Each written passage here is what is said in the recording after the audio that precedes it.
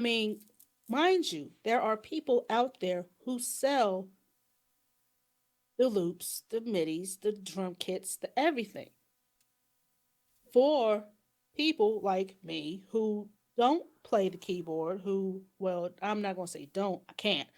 I used to know how to read music and I used to know how to read and play, but now I've been 20 years removed from high school and I no longer know how to do it because I've always played by ear. Mm-hmm. And I've always just pretty much figured out in my mind how I'm going to, arrange. So when I use MIDIs to someone else who's, much more experienced than I am, oh, that's cheating. That's cheating because you didn't make that. Okay, well, I also didn't make the snare. I didn't make this kick. I didn't make You know, this. I my didn't make any of dad it. said the same shit. He said, we were talking about the whole samples thing, right? I think that Yeah. I, and this is my personal opinion. I don't think you're a real producer unless you know how to sample too, because that's also part of, the beginning of hip hop. People, even let's go back even further. You talk about Mozart and all those mofos. Okay, they were sampling each other. A Mm-hmm. lot of people don't know that. But sampling was like a ode of respect. You know what I mean? Like it was considered respectful to sample your fave. And they didn't look at Yeah, it. you was paying homage. Yeah, That's all it was. You was paying homage. yeah. And for some reason, first of all, I don't know who the fuck is making all these rules. I just think that if you like to make beats, just make your beats. All these Yeah. rules, like you have some men like today. I was arguing with somebody on Instagram because they were like, "Oh, you female producers." See, automatically when you say that, you automatically are separating us because now you're saying that I'm being, incorrigible as far as I'm always looking for a way, as far as a cop out of saying that there's some sort of unfairness in being a producer. Some men Right. don't believe that. I don't see gender with production. I said, well, unfortunately, Some um, of us do. there are some people that care about, who, you know, they're not going to come out their face and say, oh, they're not going to say, oh, well, I don't care if a woman makes beats. I'm still going to buy it. No, the fuck you aren't. You're going to try to smash first. Let's just be honest. Right. Let's just be And honest. you know how they get you. Uh, they compliment you. That's why you never see any pictures of me on Twitter. You see very little of me on Instagram. Not that I'm cute or anything, and I really don't, pride myself on my looks because I'm really not that cute. Well, Uh, my brother thinks you I sound wouldn't. hot. Oh, thank you, Carlito. I'm single. Uh, Sister, sister, sister.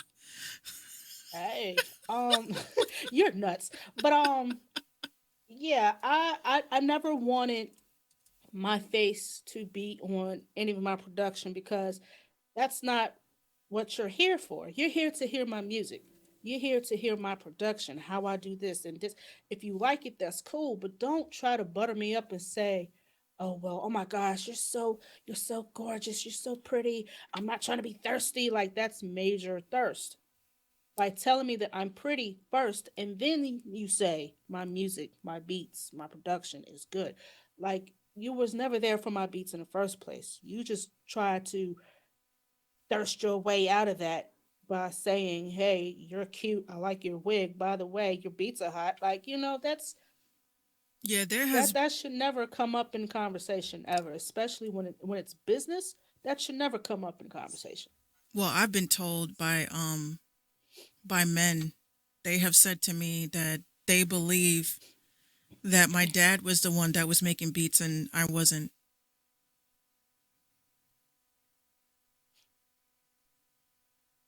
Mm. You know how fucking like, how do I say Wow. this? How do I say this in the nicest way possible?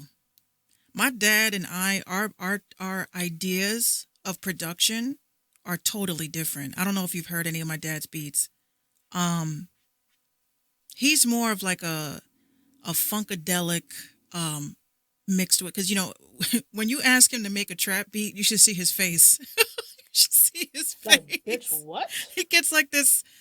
what's the word I could Mark? say? He looks at he looks like you said, go shoot that dog in the face. Go kill a bunch of puppies. He's like, what? A trap beat? It's not that he can't do trap.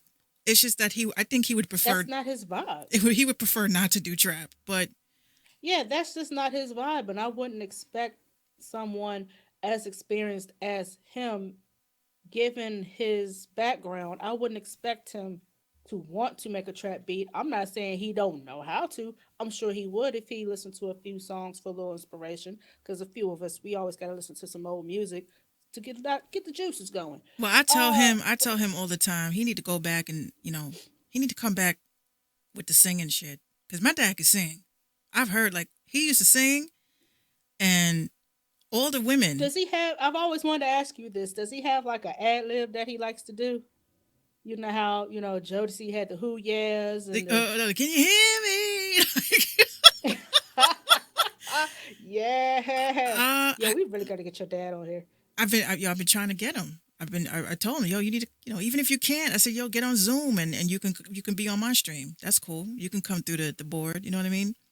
Um, Yeah, every good singer got an ad lib that that man could sing, they like to throw out there. and his sons, he used to do songs with them, and he had this one song called "Nasty Mother," and it was like, Dad, I can't listen to this shit because you my dad. You know what I That mean? sounds kind of freak nasty. That But sounds kind of freak he nasty. sang. I think he sang. It was his song. I think all his music used to be on MySpace. It's not up there no more. They took it all down. Um, but he would say like it was like, I'm a nasty mother. Hey, I'm a Mm. nasty mother. And he goes, tell me how nasty can you Okay, Dad. get? I'm like, Okay, Dad. Dad, thank you, Ew, ew, Dad. thank you. Dad. I don't ever want to hear this ever in life. Matter of fact, throw it away. But you know what? On a creative level, I was very proud to hear it. I was like, Dad, you got it. Keep, just do it. You know what I mean? Like, but it's like in a sense he's so busy being the producer that he stopped working on his own shit. And kind of like Hmm. most of us, like we just kind of flied and dove right into helping artists and stuff like that. Um, but his music, like his beats, is hot. Like he gave me a beat. I was a little bit like perturbed. I said, Dad, this says Cardi B type beat. What are you doing? He's like, yeah, but I can hear you on it. I was like, yeah, no, you can hear Cardi B on it. Because it's a Cardi B type beat. But the beat was hot. The beat was hot, and I've heard like he's Hmm. more of a. I'm not gonna say he's not hip hop, but he's more of a R&B person, which is totally understandable. That's where he got his start. But Hmm. he he could bring out vocals like this is something that again when we're talking about the differences, you know people don't believe that there's a difference between being a producer and a beat maker. There is a major difference. I don't care what nobody says and get out your feelings. Okay. There's a major difference. A producer like myself, for instance, I would have an artist in the lab and you know how they be like stumbling, like, and they're just like, just punch me in. You're like, nah, I ain't punching you in. You got this. You got this. All you got to do, overcome the tongue twister. That's what I used to tell them. Hmm. I'm like, you wrote the verse. It's not like you bought the verse. Did you buy the verse? What Tina told, like, I know what I wrote. I know what the words are. I wrote it. Exactly. So I'm saying, I was like, yo, just, do just get it. And I would refuse to punch in an artist when I did engineering. I refuse to. I'm like, it's not the same. I know you did it. You know you did it. And then you're gonna have all the people of the world thinking that you got that shit in one take and you didn't. Because some people can't tell. Like, you got to have that ear. Yeah. You got to have the ear to know. Like, even when Jay-Z used to say, he was one take Jake and this, that, and the third, you can even hear when he punched in. You I mean, you can can. hear it. Anybody can hear it, especially when you listen to certain phrases, and then another one come on just like that. No, there's no way. Your breath control is not that good to where Hey you could just Rooster. run a whole. Hi Rooster Bat. He Wait, just who? he just came in. I think it says Rooster. Ah, Rooster Bat. Yes. Well, So hello, welcome. I mean, you can hear like I don't understand. Well, first of all, artists, I'm like you in the studio. That is your element with your engineer. That's so Mm-hmm. weird. My dad just sent me a text message. I don't know if he's tuned in or not. That would be weird. Uh, Ooh, he's like, hi, here, Dad. hold on. What did he say? Hold on. He sent me a message. My dad and I weird. Like he doesn't he has Android. I have Apple. So we are always what is this app that we use? It's called IMO. That's like our version of FaceTime. Hold Oh, on. What did he say? Play this? Hold on. I think he is tuned in. Oh, he says I'm here. Okay. Oh, okay. oh, Oh hey, yeah. Dad. Yo, Dad, you need to, you know, you got to get on our show one day, please. We want to have you come on. Um, but yeah, the whole thing, like I know one of the things I learned with working with my, now that he's tuned in, watching get on mushy gushy. One of the things I Mm. learned about like when I was a young artist, one of the things I learned from him was that he was all about taking your time. He says Mm-hmm. he says I've been listening. uh, Oh, Jesus, how much did you hear? yeah, how much did you hear, Dad?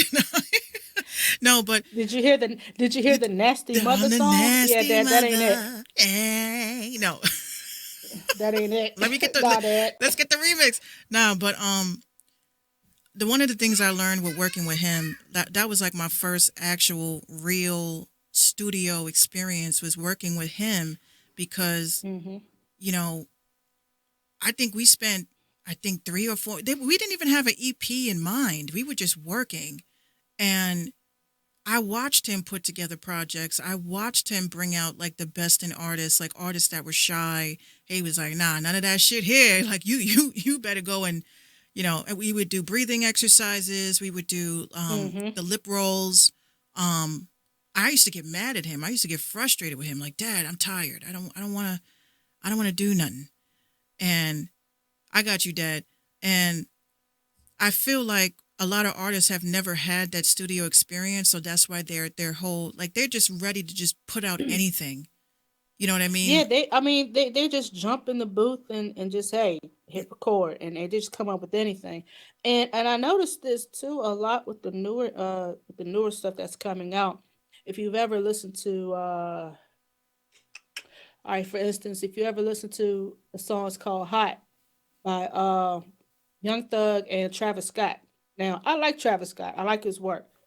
Uh he's got a biography on Netflix, by the way. I think y'all should watch it. It's very good. I gotta Um renew my subscription then. Shit. or bitch, I could just add you on. Oh my gosh. Oh, okay. We family. That's cool. Yeah, since I'm about to marry your brother anyway. Exactly. Exactly. Don't tell him I said that. Yeah, don't tell him I said that. So anyway, uh, but when you say about the breathing exercises and the lip rolls and when you learn your phrasing, you can tell some of these artists like it sounds like they're reading. Like they don't know how to record. It sounds like they're reading off their phone or they're reading off the paper. And I had this experience with this new artist that my protege in training is currently trying to get off the ground. And he's a dope freestyler. He can freestyle his face off, but he can't write. Mm, And a lot of people who freestyle can't write because they have to sit and think and really put together a good scheme, put together this, that, and the third. I said, think of yourself freestyling. Just write down as if you're freestyling. right. So then he got to write. He was like, nah, I can't do that because this don't make sense with this. And then this don't make sense with that. But see, when you freestyle, you're not thinking about any of that. You're just saying what sounds hot. Right. So then when you record it, My dad it says sounds he says I've been saying this for years. and it sounds like when he freestyles, it's flawless. The breath is there, the energy is there. But then when he gets to reading off the paper and he has to read what he wrote, it's very third gradish. Yeah. Like he really has to. And I stop him. I said, "Yo, you sound like you're reading. Put that energy towards these words as if you're freestyle." And he kept trying. Now, mind you, this is his first time in an actual recording setting. He's never been. I mean, my setup isn't like uh DJ Khaled setup or nothing, but it does what it's supposed to do. It and I sound have to your keep your stopping. setup sounds like it though. Your setup sounds like it's in a freaking studio in Manhattan though. Oh, I've heard absolutely your not. I just happen to luck up because my walls and stuff are like concrete, so I really don't have to worry about soundproofing because it absorbs all the. There's really no echo because I have a lot of big furniture in here.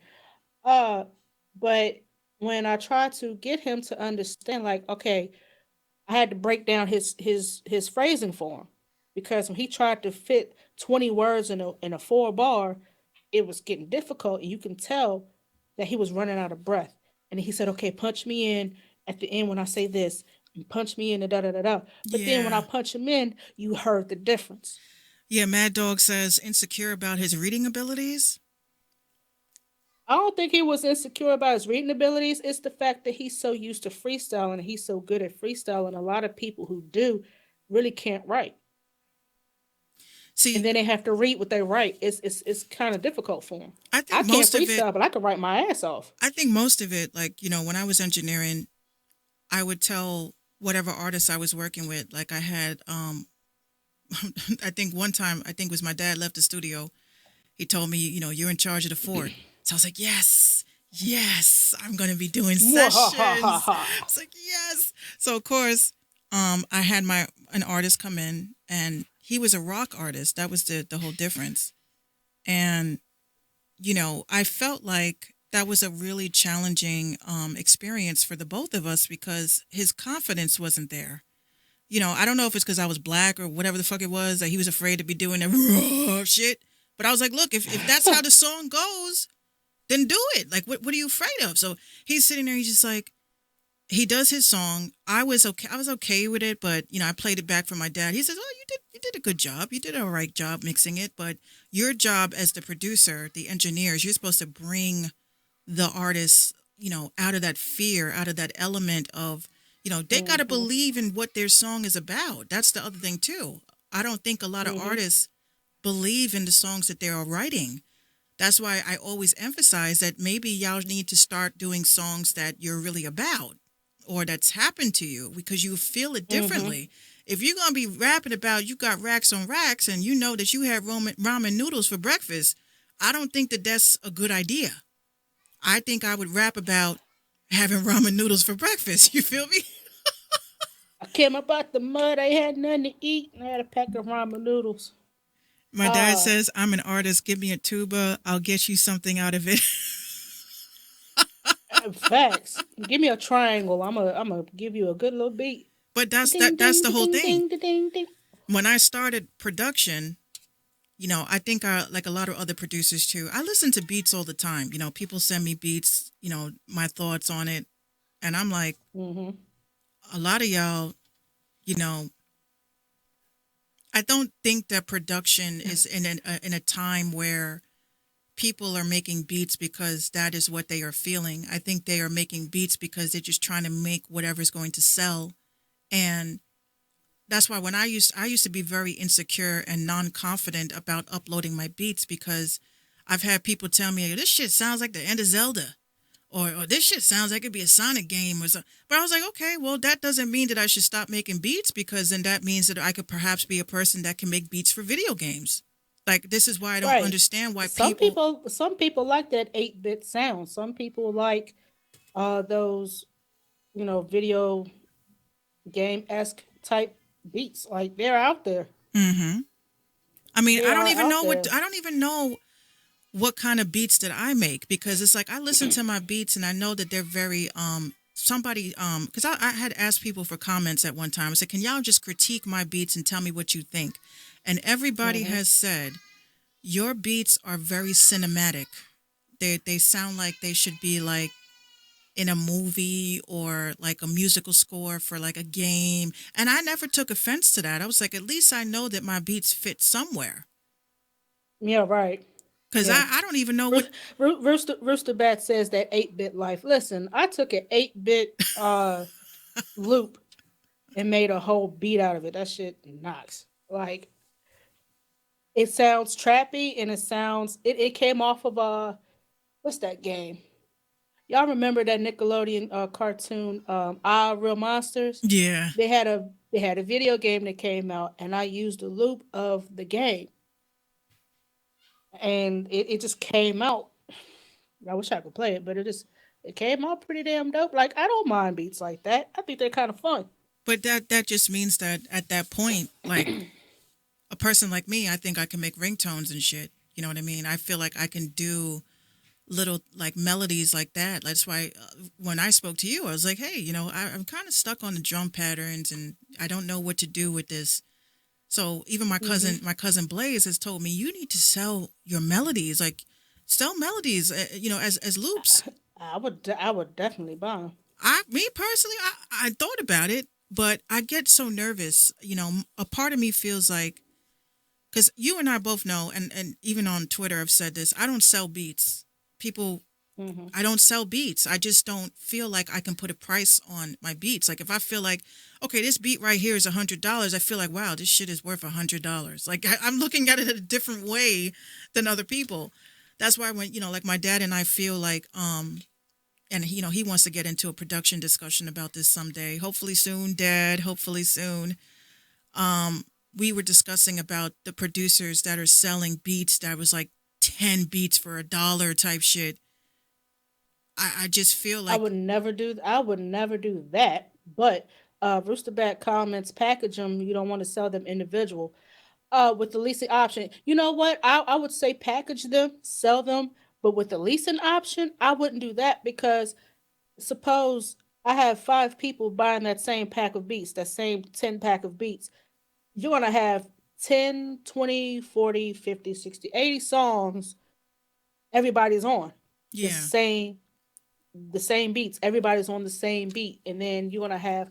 I came up with that song first. I came up with this See, first. I came that's up with that why first, and it becomes a that's problem. that is I've never exactly why leased. I can't do leases. I can't do like Yeah, people I've have never done said that to me. leases. Like I have my beats up. Like I have them up on Airbit. There used to be BeatStars, but how we feel about BeatStars. Like Here fuck y'all niggas. Anyway, um we go. um but when the sounds when the sounds start, you already know I'm warmed up. Uh Yeah, right. the foreplay is Yeah, over. right. No. Oh, gee. No, but Oh, I Jesus. feel Yeah. like, I hate arguing. My dad says I got Zoom. Y'all playing? Dad, I got Zoom too. What you mean? I He don't have Zoom, but I can get.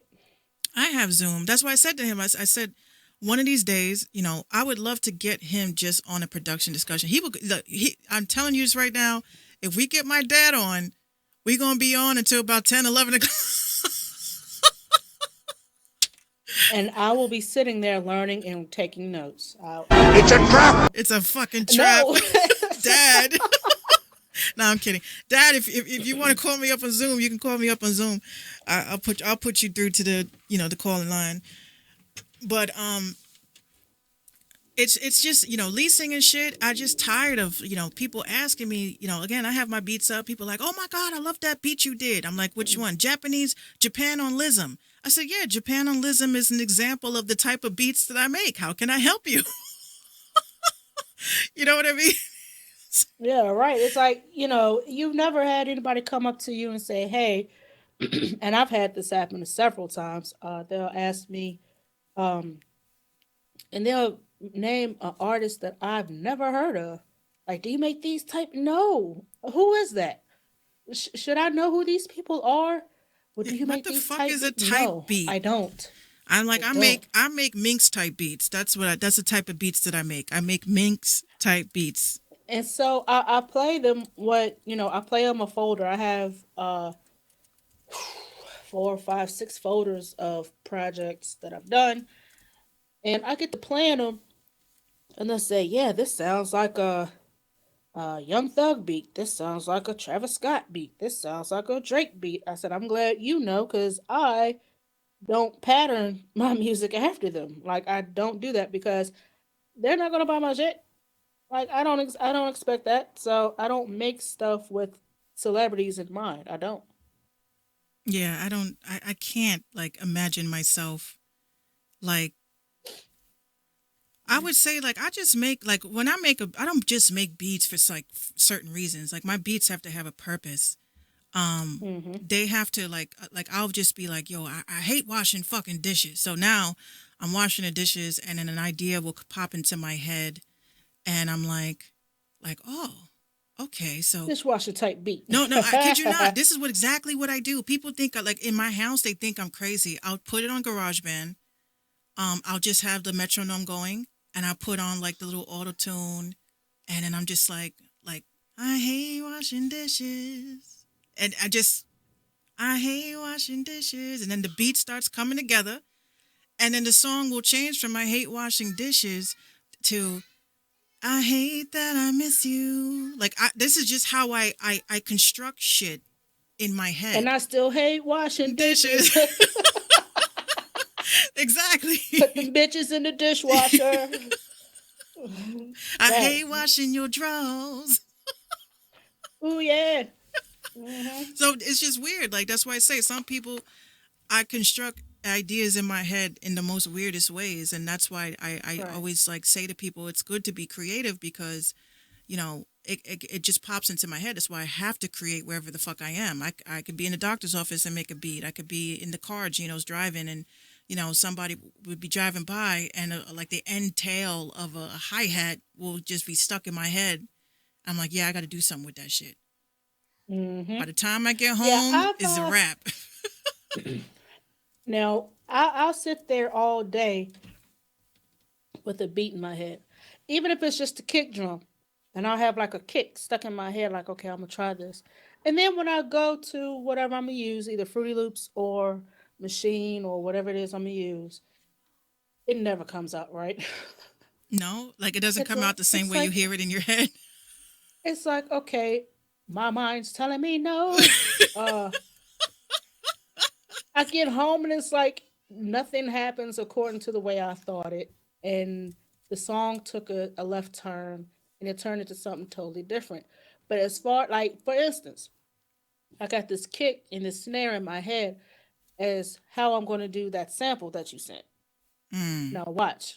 As soon as we get off live here and I jump on whatever I'm going to jump on, that kick, that snare, it ain't. I'm not gonna find it. I'm not gonna. I'm not. I can't. I can't get the pattern down. Something's gonna be wrong, and it always happens. But I could be like not thinking of a beat at all. Wake up out of a dead sleep, 4 o'clock in the morning. I'm sitting up, chopping, putting it together. It's done by 7 in the morning. How long does it take you to make a beat usually? Like on a good day? On a good day, if I'm really feeling a good vibe, about 2 hours. Mm. I Because I'm a less is more type person, but I'll have like 17 patterns. Like if I'm on Fruity Loops, I have like 17 patterns, and I'll try to freak it with some gross beat. I'll try to I change the hats. I might throw a little 808 real low in there. Try to you know Well, do some Winter freak Rap shit to it. over on YouTube says, "What DAW do y'all currently use?" Me, Minx, I currently use GarageBand, and I also use FL Studio. I currently use I just got back into Fruity Loops, but I also use I have a machine MK3 Mini. I Hmm. love this little machine. Uh, this little baby right here is like the ultimate.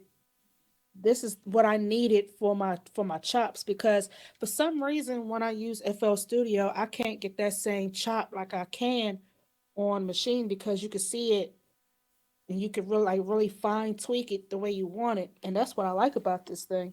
It took me about 3 4 months to learn it, but once I got the hang of it, it was like, oh yeah, I can see myself working with this.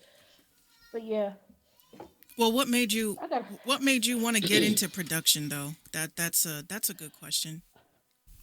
oh, what got me into production. I really don't know. Like, I guess because when I was coming up, of course, everybody was playing the piano and stuff at a young age, and I didn't know how to do that. So I just started thinking that maybe drums might be it. And I played drums here and there, church functions, in school. I really didn't get into it until high school, and I was really interested in reading music, different compositions. Started playing marimba, xylophones, the kalimba. I played a whole lot of stuff in high school, and then right when I got out, it was like, okay, When my a rap mom bought when a me. rap says I need machine someday for real. Yeah, I'm telling you, like it's like you can use any keyboard. It's all compatible. It's like the bomb diggity. I love it. Um, like 2003, it was a year after I graduated, and my mom had bought me a digital drum set. It had like four pads, 100 sounds, and some drumsticks. Mm. And the first beat that I recreated, and me and my cousins, we was in the basement freestyling, was grinding. Well, that's when it came out, and everybody was doing the little grinding beat, do do do do do do do do do do That's do like one do. of the best beats of all time because it was so fucking simple. And that's the first one I ever did. And so since then, it was like, oh yeah, this shit's gonna be easy. So I would record myself doing different drum beats, doing drum patterns. And from then on, I got other equipment. Then I got a laptop. Then I had an MPD controller, which I didn't know and still don't know how to use. I still have it though. And then it went from there, and I bought the Akai MPK 49. And then I got this little machine thing here, and I got another keyboard, and I got turntables. It just, once you get into it, it's hard to like not, like, I can't say I'm gonna stop being a producer because I'll never stop being a producer Yeah, because it's so fun. I'm always gonna be. I think until the day I die, I'm gonna be a I ain't producer. gonna go that far, but I'm gonna be. I'm gonna Uh, be a nice ripe old I'm age. gonna be on life support with the thing going boop boop. I'm like I'm gonna boop sample that. boop Hey, boop boop. let that beat drop. You make a beat out of everything. Like just let this. You have any last words, the priest? You have any last words you want to say? Yes, 130 beats per minute. Minx be on a track like Exactly. And then she would want me to do this for her. and then I'm gonna look at the doctor and say, just do it. Just pull the plug. Just get me out of here. I can't produce no more. Just Jesus, if you love me, kill me now. Just take me. Oh gosh, we need to stop playing like that. But yeah, I I ain't mean, scared. once you start producing, like once you start producing and really get into it, and knowing that you can like do so much with two hands, as far as your sounds, your samples, your this, your that, it's never ending, and you'll never get tired of it. As much as I want to quit, and as often as I want to sell all of my equipment, it's like, no, I can't do this. It's like sentimental. If I sold every piece of musical equipment I have in here, I'd be super bored. Like I wouldn't know what to do. Yeah, I think I would lose my I mind. just wouldn't. I would be like, I need to go to the pawn shop. Somebody got something I could use. Yeah, I would lose my mind. Yeah, but yeah, production, I guess it was predestined for me anyway, because your mom got tired of you beating on pots and pans, and gave you something to play with. So Mm. thank God for that. Well, that's how we all started out. I think that's how we all started Of out. course. Of course. Banging your hands Everybody's got on the school everybody's got desk. that same story. Everybody's got that same story. And of course, when I was in first kindergarten, first grade, the beating on the lunch tables, like we started that. That was like 88, 89. We started the lunch table sessions. Like we're in first grade. What do we know about rap, right? Right. I'm doing my homework. I turn it in to the teacher, handed her an apple and said, "It's nice to meet you." Like we was sitting there freestyling off the lunch table, Yeah, that's what we doing used. beats. That's exactly what we used to do.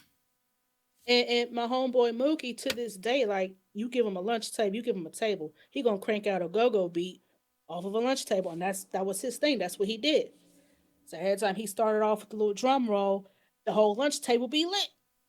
For Then you real. got people standing up freestyling.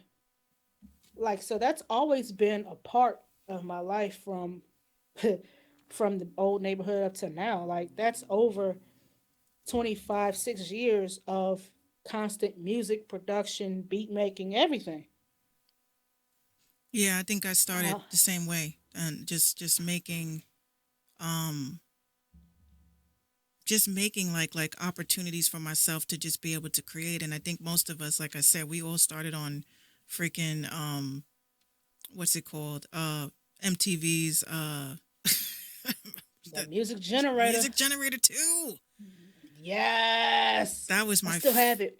you know what, I'm still mad at that story that you had said on the podcast about how you corrupted the whole fucking Man, listen, YouTube just effed me over 10 times. I knew there was a way to get them off of there.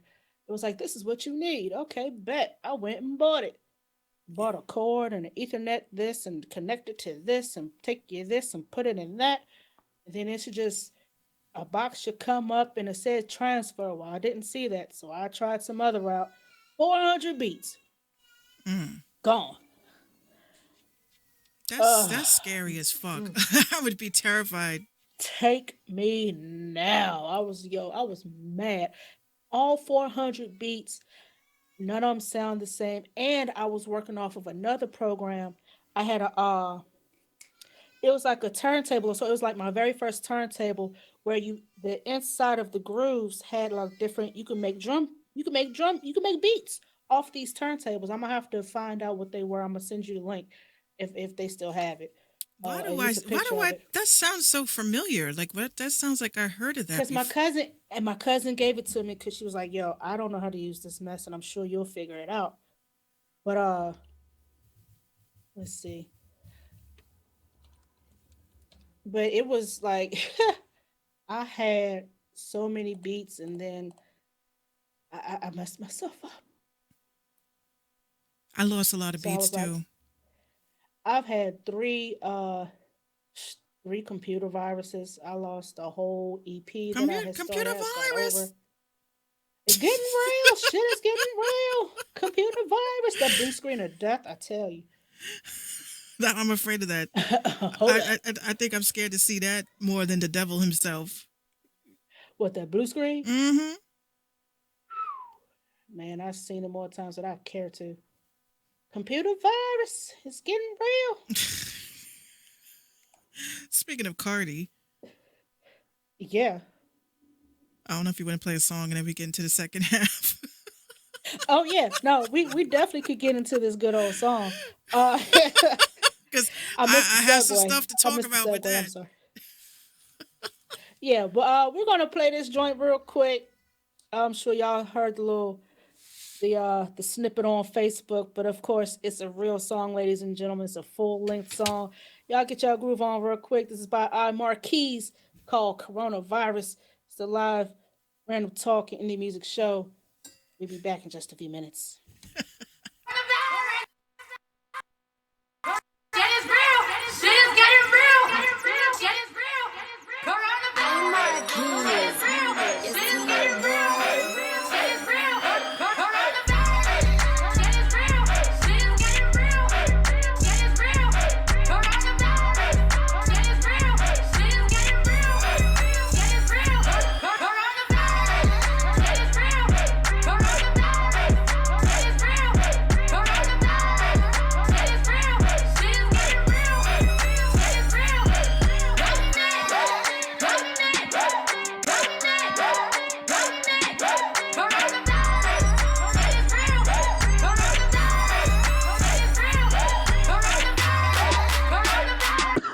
Hold up.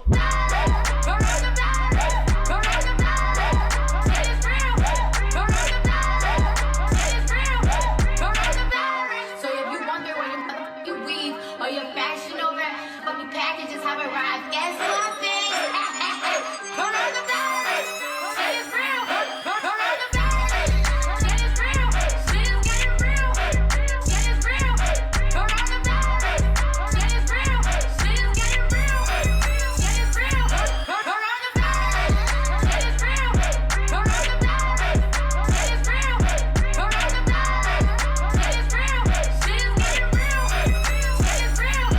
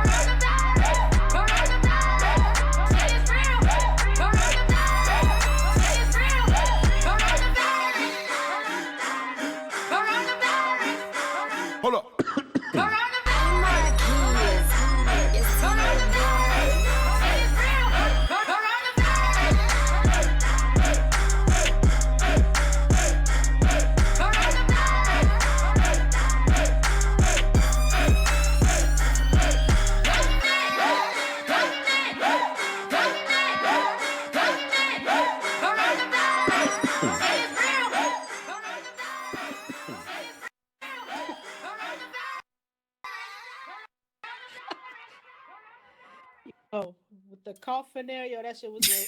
I'm mad. I'm mad that they did that. That's a whole ass song, and the proceeds are going to help with the whole to help those who are less fortunate and all that. So yeah, that's always a good thing. Yeah, I'm that's still trying to super. figure out That's what the super dope.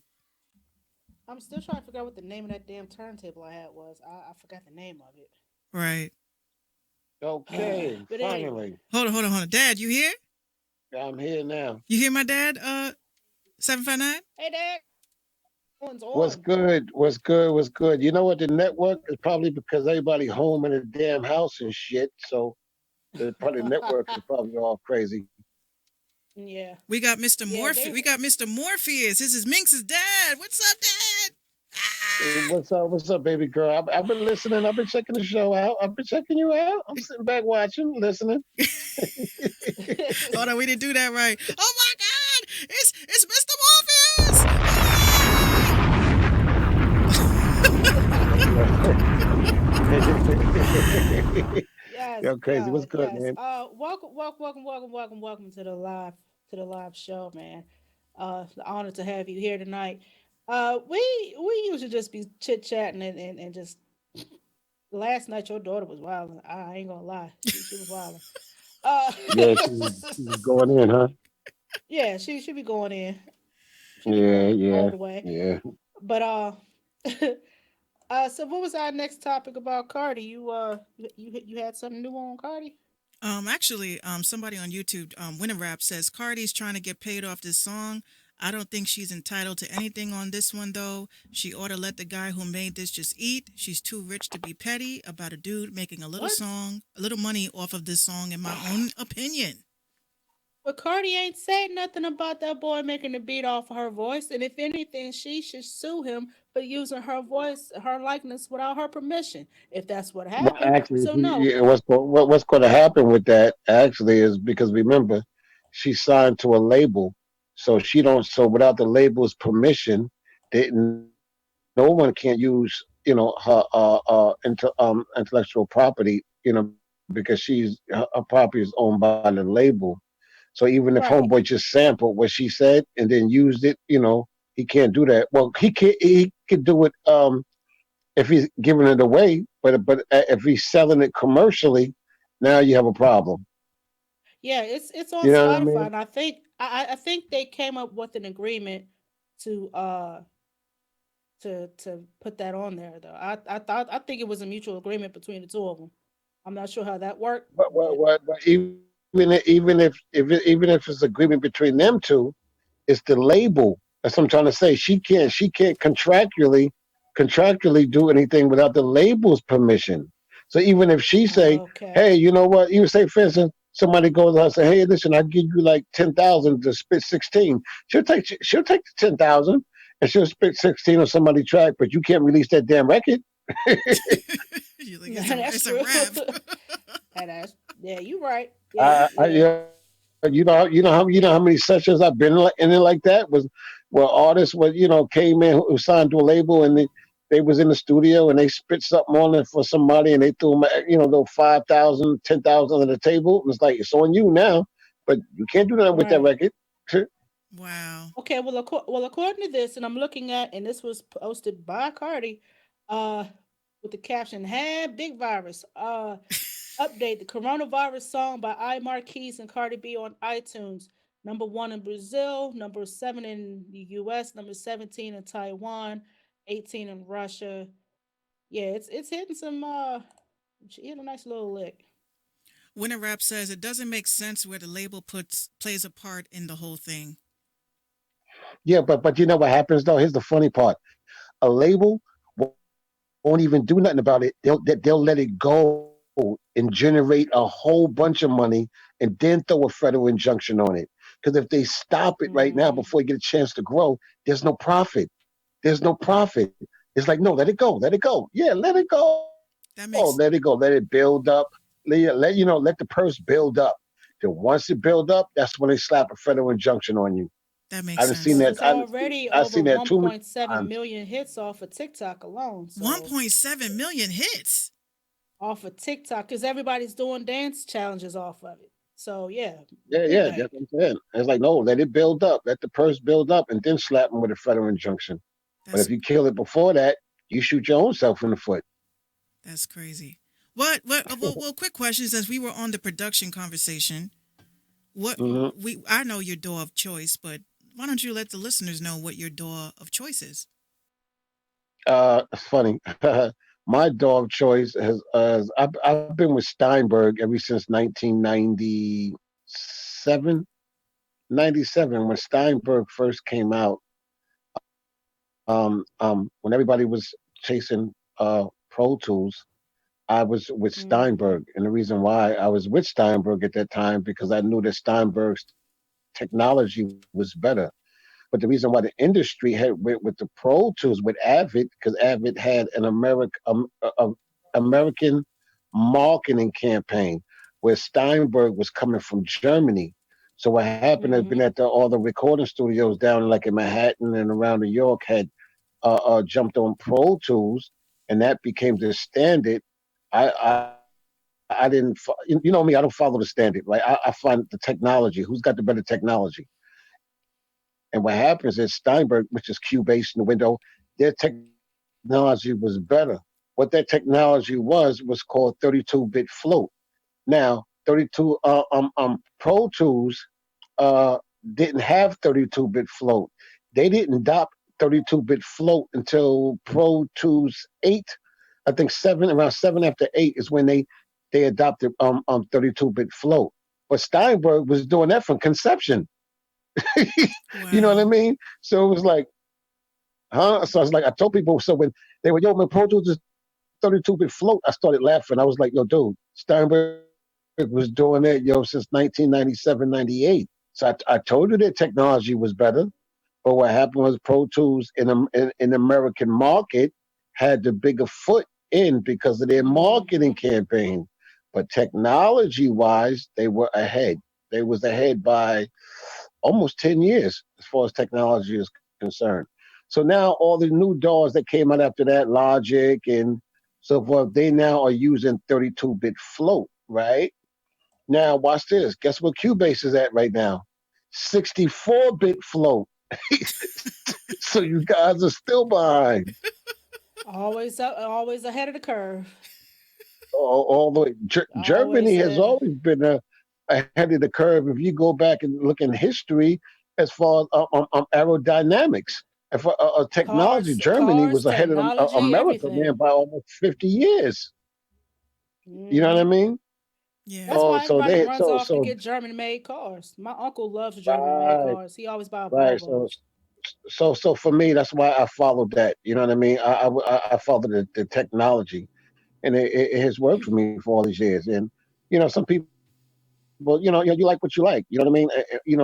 My philosophy has always been, if you look at a paint and a painting, and you like the painter, do you give the credit to the brush or do you give it to the painter? Hmm. Huh? That's an interesting. Right?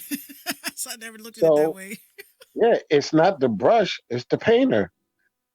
You know what I mean? If you good and you got something where like you'll make something hot.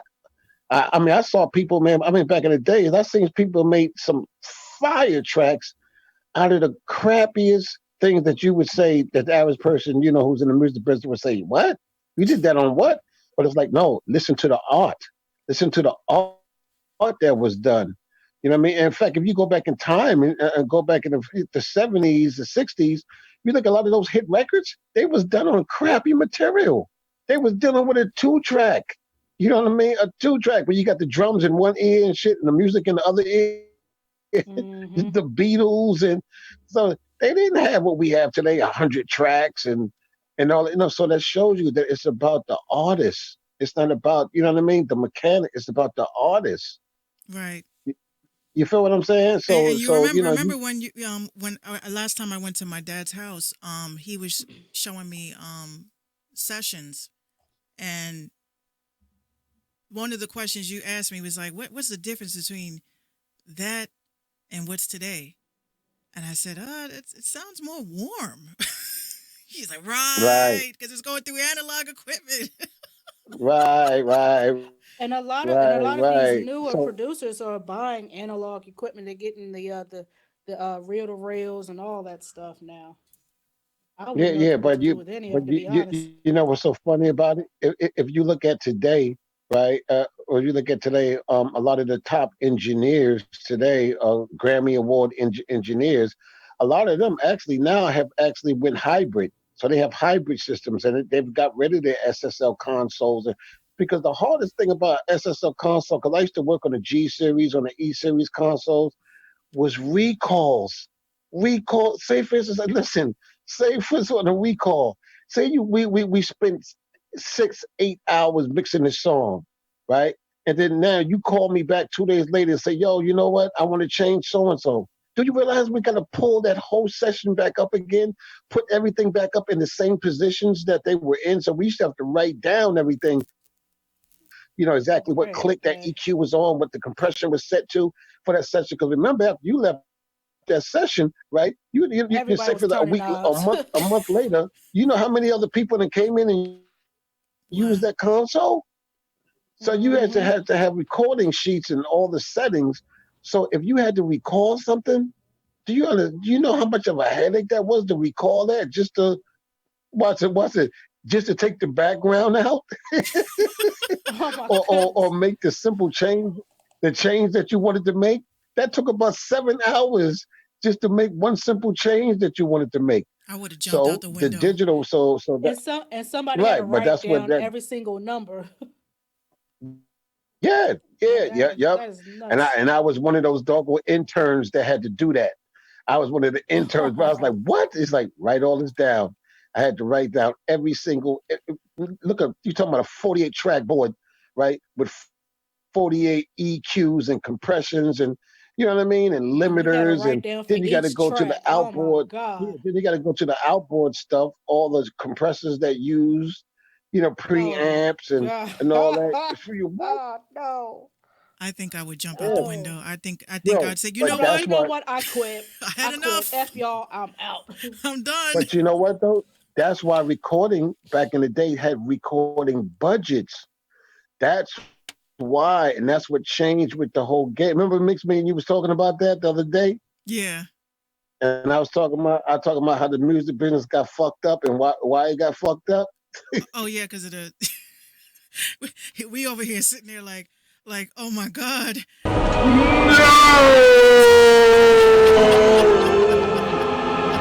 Goodness Yeah, yeah. gracious. That's how the industry got fucked up. You know what I I mean? believe Because it. when the digital age, yeah, because when the digital age came in, right?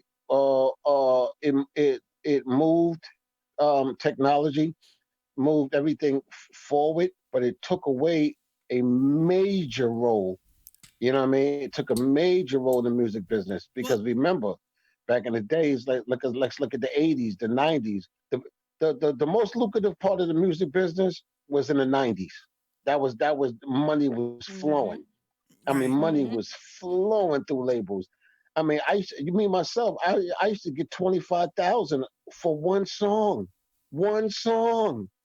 Oh yeah, Listen, we were. That's when we was talking about these producers that are selling beats for like. I know you was going off about that shit. yeah, I'm like, yo, y'all don't fuck the game up. That's remember I showed you this dude was selling what 60 something beats for $12. $12.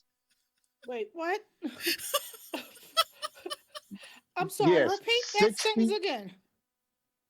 60 something tracks Uh for huh. $12. $12. Hell no. No, sir. Mm-mm. Mm-mm. Nope. Nope. And you think Mm-mm. about how is he doing that, right? You think about what's the logic behind it, and the logic is simple.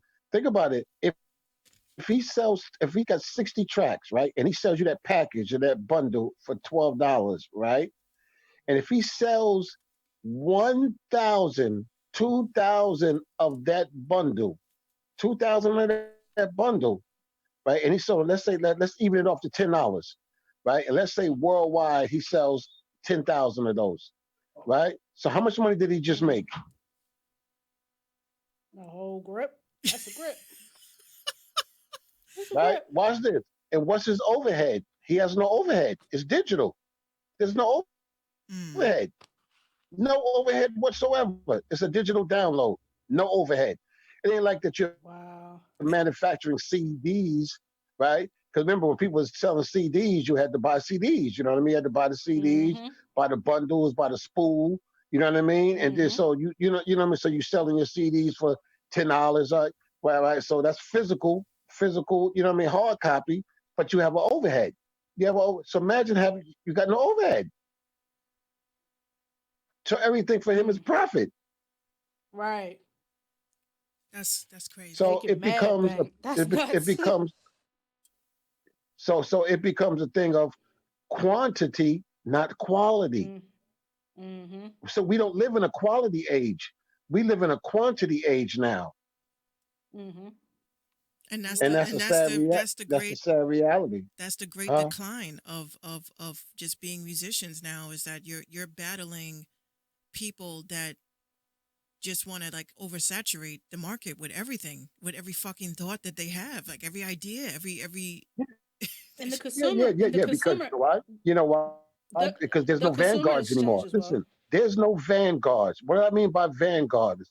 I mean there is no filters, no vanguards. Watch this. Let me take you back into the 80s, 70s, 80s, 90s. Let's deal with the 90s, for example. I'm gonna give you a period. Let's deal with the 90s. Now, so you have the consumer on one side, right?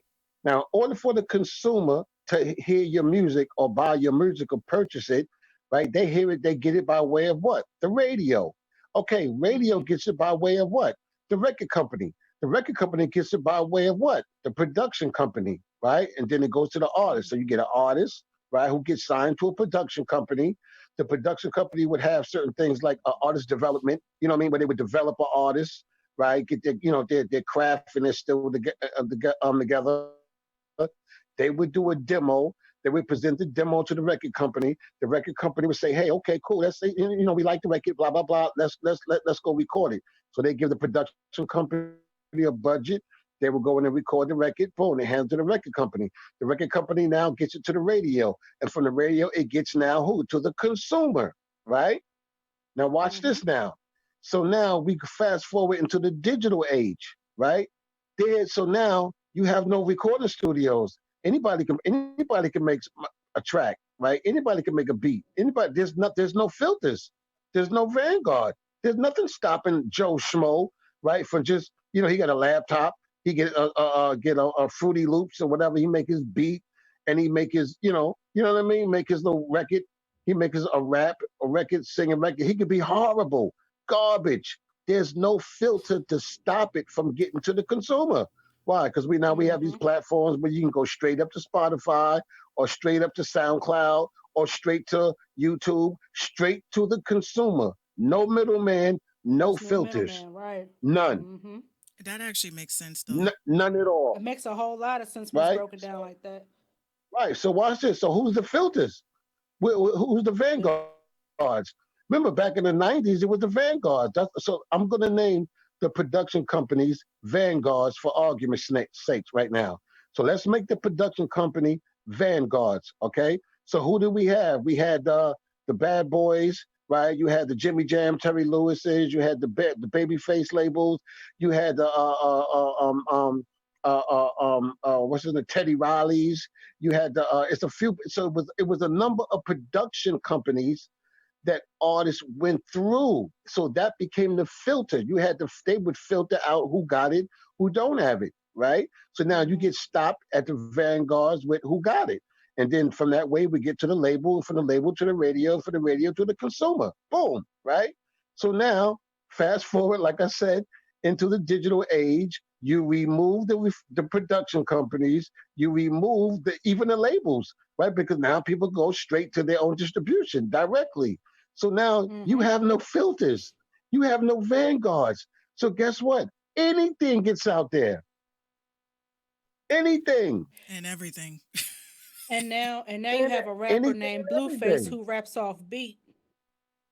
Right. It don't matter. It don't And matter because there's yeah. no filters. There are no Mm-hmm. filters to say, yo, fam, that shit is dead. Yo, man, you got to go back and you got to get that together, man. Or You know what I mean? You ain't ready yet. You know what I mean? So, other words, there was, certain little steps and degrees that things went through the whole history of the industry before it got to the consumer. Now you remove that whole middleman and it goes straight to the consumer, even if it's horrible, even if it's garbage, even it's like, are you serious, dogs? Like, serious, like, there's nothing to stop it. Yeah, the Nothing. quality of music was totally different back in the day because you had people who actually took their craft seriously.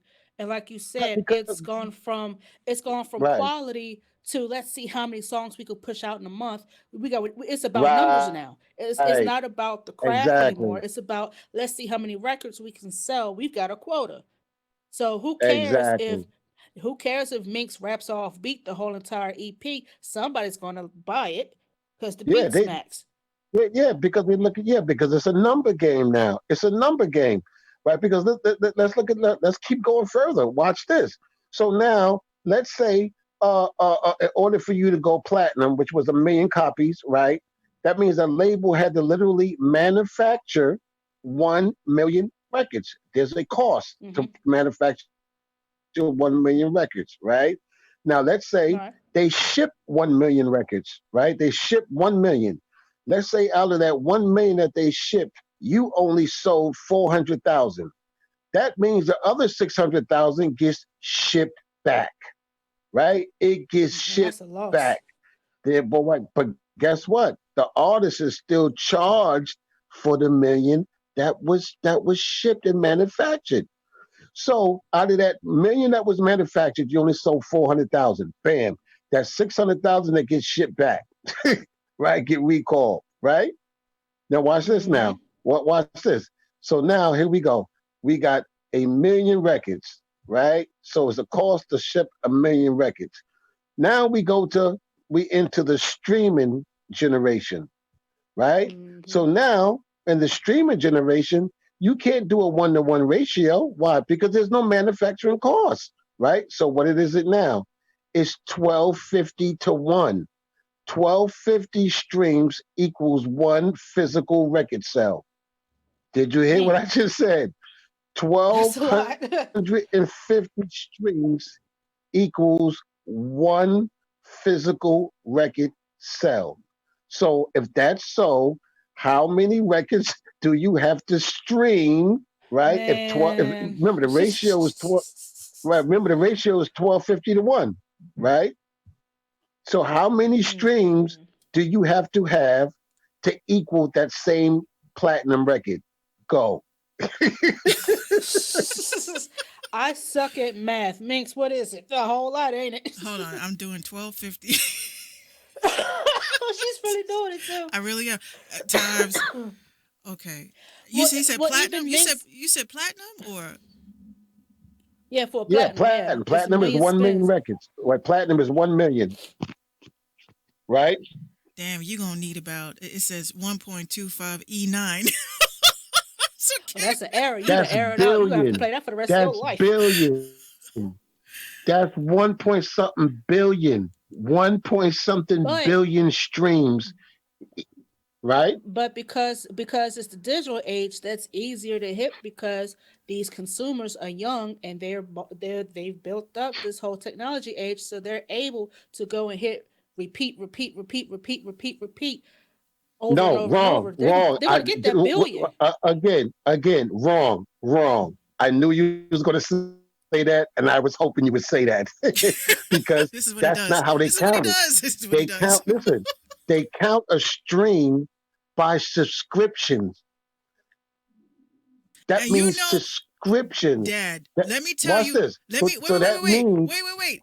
I'm gonna tell. I'm glad that you said that because whoever, everybody that's tuned in on what was it on Twitter? I hope y'all fucking listening because I said the same shit, and they're like, "Well, you still get paid on the ads, but go ahead."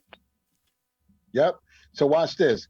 So that means you would think, okay, well, shoot. So if everybody plays that, say if I play that record 10 times or 20 times, does that count as 20 streams? No, it doesn't. Why? Because it's the same subscription. It's just like Excuse you me. and okay, watch this. Let me give you an analogy. Let's say you got a Netflix account, right? And you watch that one movie, right, 15 times. It still count as one stream because it's the same subscription. Did you catch that? And I was Yeah, told, you're right. I It's was true. told that I was incorrect in that. You, you feel me? So when you see people now, right, that be fronting, right, you watch YouTube or you watch so and so, oh, excuse me, and just and the stream has to be a paid stream. Certain things like YouTubes that are not pay unless you got a paid account, a paid account, right? But let's say you don't have a paid account; it's not a business account, right? I don't care if you got a million streams; it don't count. It don't count. You And then feel me? So but when you if we are factoring ads, if we're factoring ads, they on the still business account, that's why I said on a business account. But a lot of people on YouTube remember they don't have a business account. A lot of these guys who's throwing their music up and so forth, that's not a business account. They don't have a business account. So I see a lot of records. I go, yo, my man got. You say, yo, he got 2 million hits. Now you would think 2 million hits is something, right? But not if you factor in this 1250 to one. that is true though. So on the surface, what people don't know, it looks like he doing his thing. Yo, he got 5 million. Yo, he got 5 million. Okay, sounds good. Now do the math. 1250 to one. So how many now is 2 million hits? If it's 1250 to one, go. He be having that sinister laugh. That's what be making me laugh. Oh goodness. No, But you feel me? yeah, You feel what I'm saying? yeah, I feel This you. is See these are now I wish I went live on Facebook because it's some people that I know that need to hear that Oh, it's okay. You could tag them in the stream because I'm live everywhere. because yeah. See, it's these are things amazing that how people they don't think three know. thousand views is really something, and you have to have at least 1,000 subscriptions in order to get monetized off of YouTube. So that's first thing. It's either or. It's either a certain amount of views or a certain amount of subscribers. Right. Okay. Right. See, and that's one reason why I'm so proud of my daughter because she got it. Right? She got it. She figured out she figured out the key to the ooze. She figured out watch it. She figured out the like the Wizard of Oz, right? The Wizard of, she figured out behind the curtain is a little small little midget. Oh my God. You don't see anything. Nobody's So, back here. Mind your right. business. So what right. So while everybody else is looking at the great and powerful Oz, all this wizard shit and lightning and thunder. She figured out to pull the curtain back. Is like, man, ain't no goddamn Oz. It's a little goddamn midget back here pulling levers.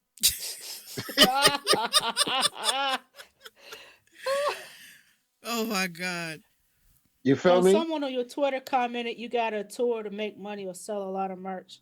that's true. Yeah. Okay, That's how they're making watch their this, money now. watch this. That's exactly how they're I'm making their on money now. Billboard. Look. I just pull up right now the Billboard site on Billboard, right? Billboard CMU, right? This is the Billboard site, the real Billboard.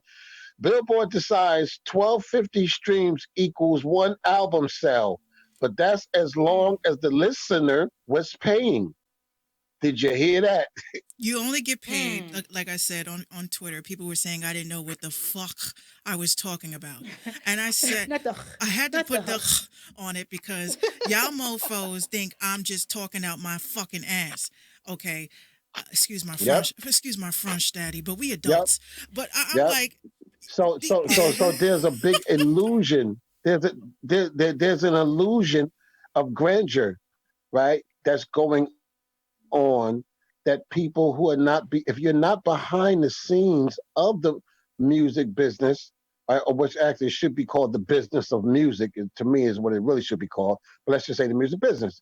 If you don't understand this whole dynamic and this whole mechanism, yo, you in for dreams of what did it say? Dreams of Dreams grandeur. of You're grandeur. in an illusion. You know what I mean? You're in for a major illusion. You're gonna be in for a rude awakening. The game is completely changed. You know what I mean? Hmm. It completely changed. So now when I see guys like this, like I was saying, who's selling 60 beats for $12, I'm like, y'all done fucked the game up, man. For real. Undercut like a mug. Mm-hmm. Yeah, yeah. Because think about this. Like I said, in '98, I was still getting 25. Right? I got okay when I did Freddie Jackson's album. I got 25,000 a song. When I did Christopher Williams, right, I got about 25,000 a song, right, a track, right. So all these people I was working when I was working with SWV, I got 25,000 a song, right, bongs, right. Now watch this. So I'm getting 25,000 a song. I'm eating good. I was working with Bell, Biv, and DeVoe, excuse me, Biv Entertainment, right. So a lot of his Hmm. artists, right, that was on the label that they never planned on coming out in the first place, but they had budgets for them. They would use guys like me. Yo, I throw you this, man. Just get them in the studio and keep them working. But the record is never planning on coming out. So there was a way that we would just shoot money back and forth with each other. You feel me? It's like I got this budget for this. You know, I signed 5 artists right with this label. They gave me 500,000 a piece for each one of them. Right now, the artist is never coming out. They don't know it. They're never coming out. Right? They just got You know, shelved they're, forever. they're, they're, they're, they're simply a tax write off. They're a tax write off, right? So what we do is we shoot money with each other. Yo, I got this production company. Listen, give me an album out of them, right? Give me the paperwork that says, you know, that you charge me 200,000, right? I give you 100,000 under the table. Bong, bong, bong. You shoot me back 50,000. So this is how we was doing. So that's why I said money was flowing like crazy in the '90s, right? That's why you were seeing people get signed. We said, what happened to so and so? I thought he got signed. Yeah, he got to so and so. Yeah, but how did they get it? I never hear from them because they ain't never coming out, dogs. Right? Right? I Never, listen. ever, I ever, had ever, Dr. ever. Dre. Dr. Dre gave me 60,000 to do 2 songs for artists. Ask me what happened to that artist. It never came Ne- out. Never happened. Never never happened. never came out. Right? But watch this. But look how the circle is working. This, you know what I'm saying? The label have to write, you know, they got to write off, get tax write offs. So they sign say this year they sign, let's say no, let's say they grossing $1 billion a year. Remember, you got to pay taxes on $1 billion a year. You got to show some losses, Hmm. right? You got to Hmm. show losses. So what we're gonna do? They'll sign 20 artists. Out of that 20 artists that year, we only really gonna concentrate on 3. So you The- you you getting signed. the- So you getting signed. These mofo's, taking pictures up on Instagram that they're signing that Def Jam and shit. Hmm. Nigga, you a tax yeah, write off. yeah. You're a tax write off. You're a tax write Text right off. off. But You're you not know, getting the album out. You're not going nope, on tour. You're not getting anything put out. You're on nope, the shelf. Like, nope. yeah, you definitely you got something, bro. You really do. Yo, you made it. You made it nowhere but the top shelf And then getting dusty. they talking to that tax guy. Yeah, we gonna write this motherfucker. We gonna write this nigga Yeah, yeah, off. yeah. Right? Yeah. We got to write that off, right? We got Yeah, to write that right? off because you got to think about it. With all your successes, right, on that label, you got to have losses, You all gotta because cut you got to some, pay right? taxes on that. You know what I mean? So you got to balance it out. It got to balance out. You know what I mean? So you got to show losses. So you sign people that you plan on doing nothing with. You know what I mean? Throw a little bit of Mm-hmm. money here, kick it back to me, boom, boom, boom, boom, boom, and we keep it moving. That's how it was. So now watch what happens. So people is getting 30,000, 40,000, 50,000 a song. You know what I mean? 30, so right? So now here you come with the digital age, and now you selling 30 tracks, right, for $100. What happened? What happens to the guys that are getting 30, 40,000 a track?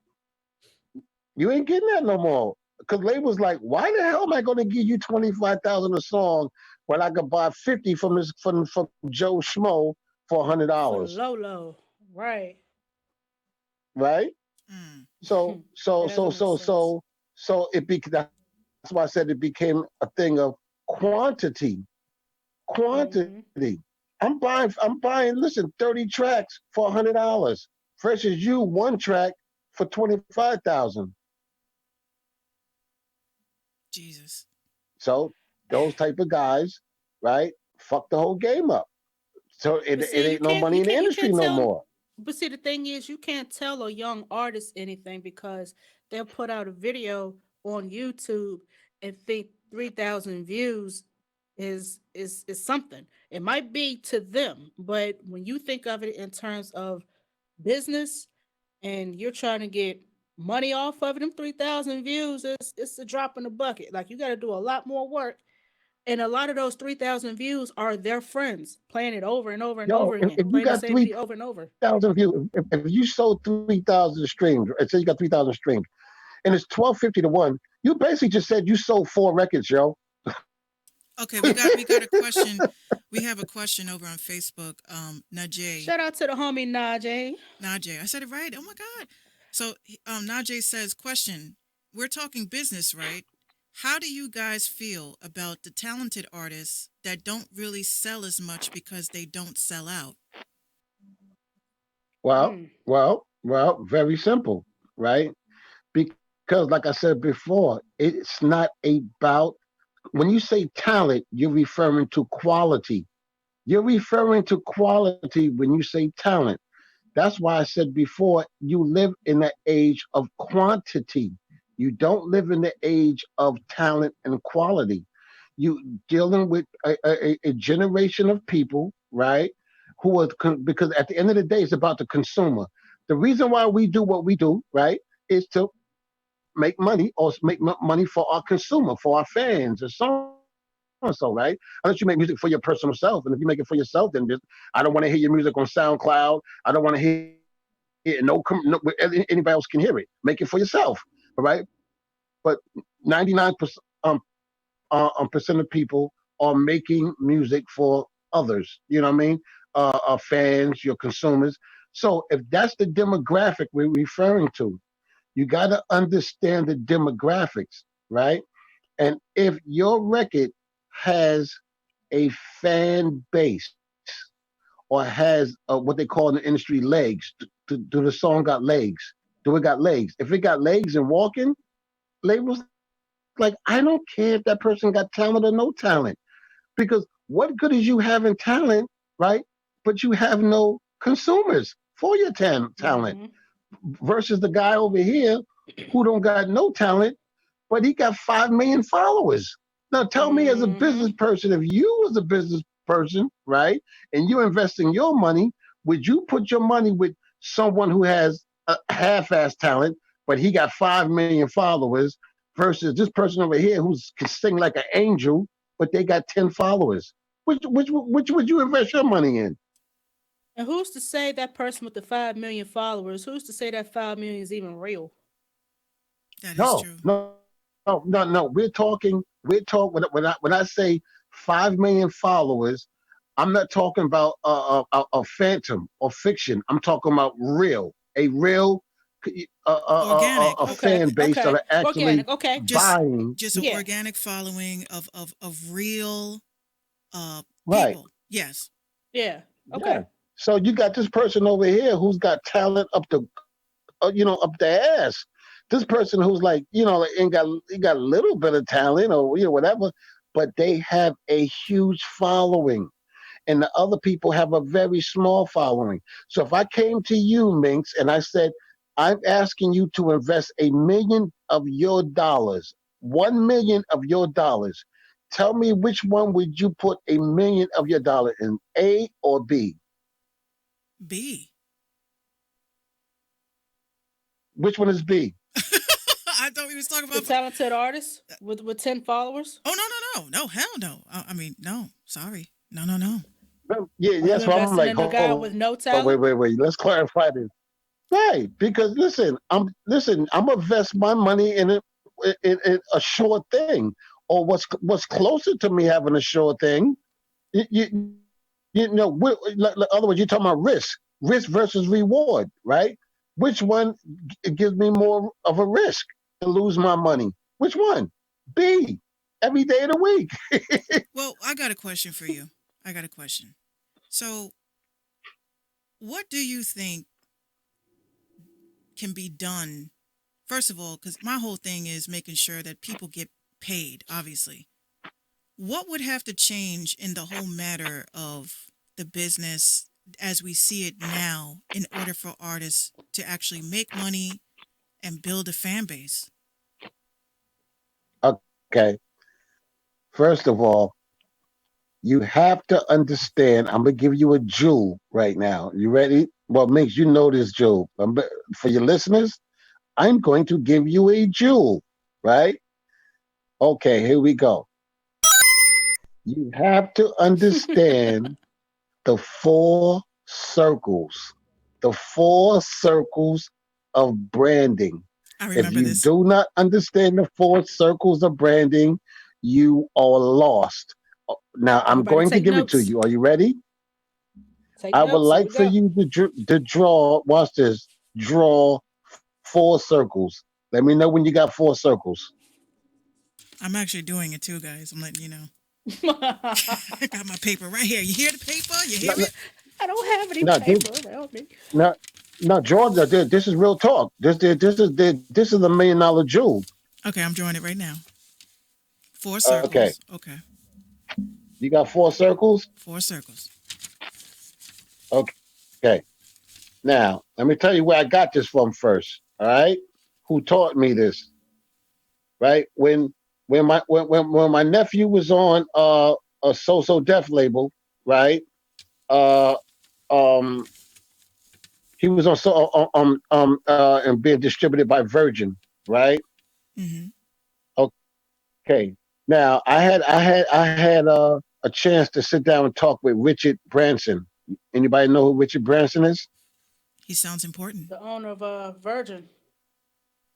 Right. Virgin Airlines, Virgin Records. I had a chance Mm-hmm. to talk with him in his office, and he gave me a jewel in a conversation that blew my whole shit, yo. I was like, And to he said, those of you who are not tuned in, we are sorry. But continue. right. So he said he was sitting there laughing. He said, "Y'all guys don't understand the music." He said, "Y'all don't understand the business." I said, "What are you talking about?" He said, "The guys don't understand the business." He said, "Let me show you something, right?" He said, "I gotta go." He said, "I got about." He said, "I'm gonna give you 10 minutes of my time." He said, "I'm gonna show you something, right?" And he said, "When I show you this," he said, "if you figure this out, you'll be a millionaire." So you know me, I'm like, "Shit, hell yeah, give it up." Yeah, let's go. So he had me draw up four circles. Now you got your circles, right? Yeah, I got them. All right. On three of the circles, I want you to put a cross in the middle of all three of those circles. So each circle has four parts. Okay. Now you got one circle left. Now put a line going straight down. So that's going to give you two halves. Okay. You got it? Yes. Okay. He said, when you have a product and you're trying to sell that product, that artist, or whatever it is that you're trying to sell, excuse me, these are the guidelines that you must follow and you will never fail. Okay, so we got the four circles, right? Yes. In the first circle, let's grab one circle. In the first circle, right? I want you to put, oh, again, give me the circle with the two halves. So in one half, put the letter M, and the other half put F. They stands for male and female, right? Okay. Oh yeah, I remember this. I remember this. Okay, all right. So then now let's go to the other one circle that has four parts. Mm-hmm. In one of the parts of the circle, I want you to just put 12/14. In the other quarter, put 14/18. The other quarter put of the same circle, 18/25. Mm-hmm. And then the last quarter of the circle, 25 and up. That's your age group, right? Okay. Okay. Next circle, right? Let's do the same thing. So in this quarter, you're going to put the letter B. The other one, you're going to put the letter W. The other quarter, you're going to put BW. And the other quarter, you're going to put WB. You got it? Mm-hmm. That stands for black, white, Weebies, which is whites that want to be black, and Beewees, blacks that want to be white.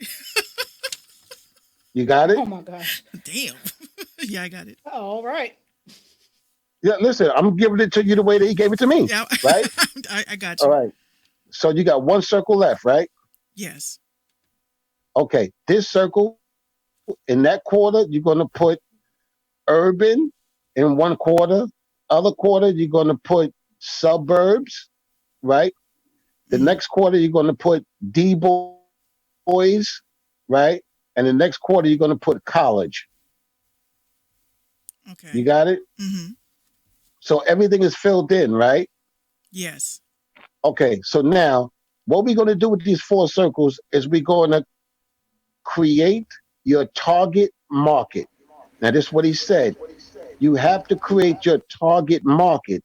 He said one of the mistakes that people make is they want everybody to love them, everybody to accept them. He says that sounds nice, but that's not reality, right? So we're talking about creating a target market. So let's say, all right, this is the product right here that we want to push out, or this is the artist, or whatever it may be, right? Boom. So let's start with the first circle. Is this one going to appeal to males or females? Hmm. You can't. You only choose one. So give me one. Like for my music, for instance. Yeah. Let's Okay. just say, for example, yeah. Okay. So I would say my music would be towards males. Okay. So let's write that on top of the paper. So we got M, right? Now Hmm. let's go to the next circle. Age group 12 to 14, 14 to 18, 18 to 25, or 25 and up. I would say 18 to 25. Write that on top. So now we got males that are between 18 to 25, right? Hmm. Okay, next one. Blacks, whites that want to be black, blacks that want to be white. So you get two. You I'm get mad two. that's even an You get option. so I'm out of mad that that's even an circle. option. So out of that, so listen.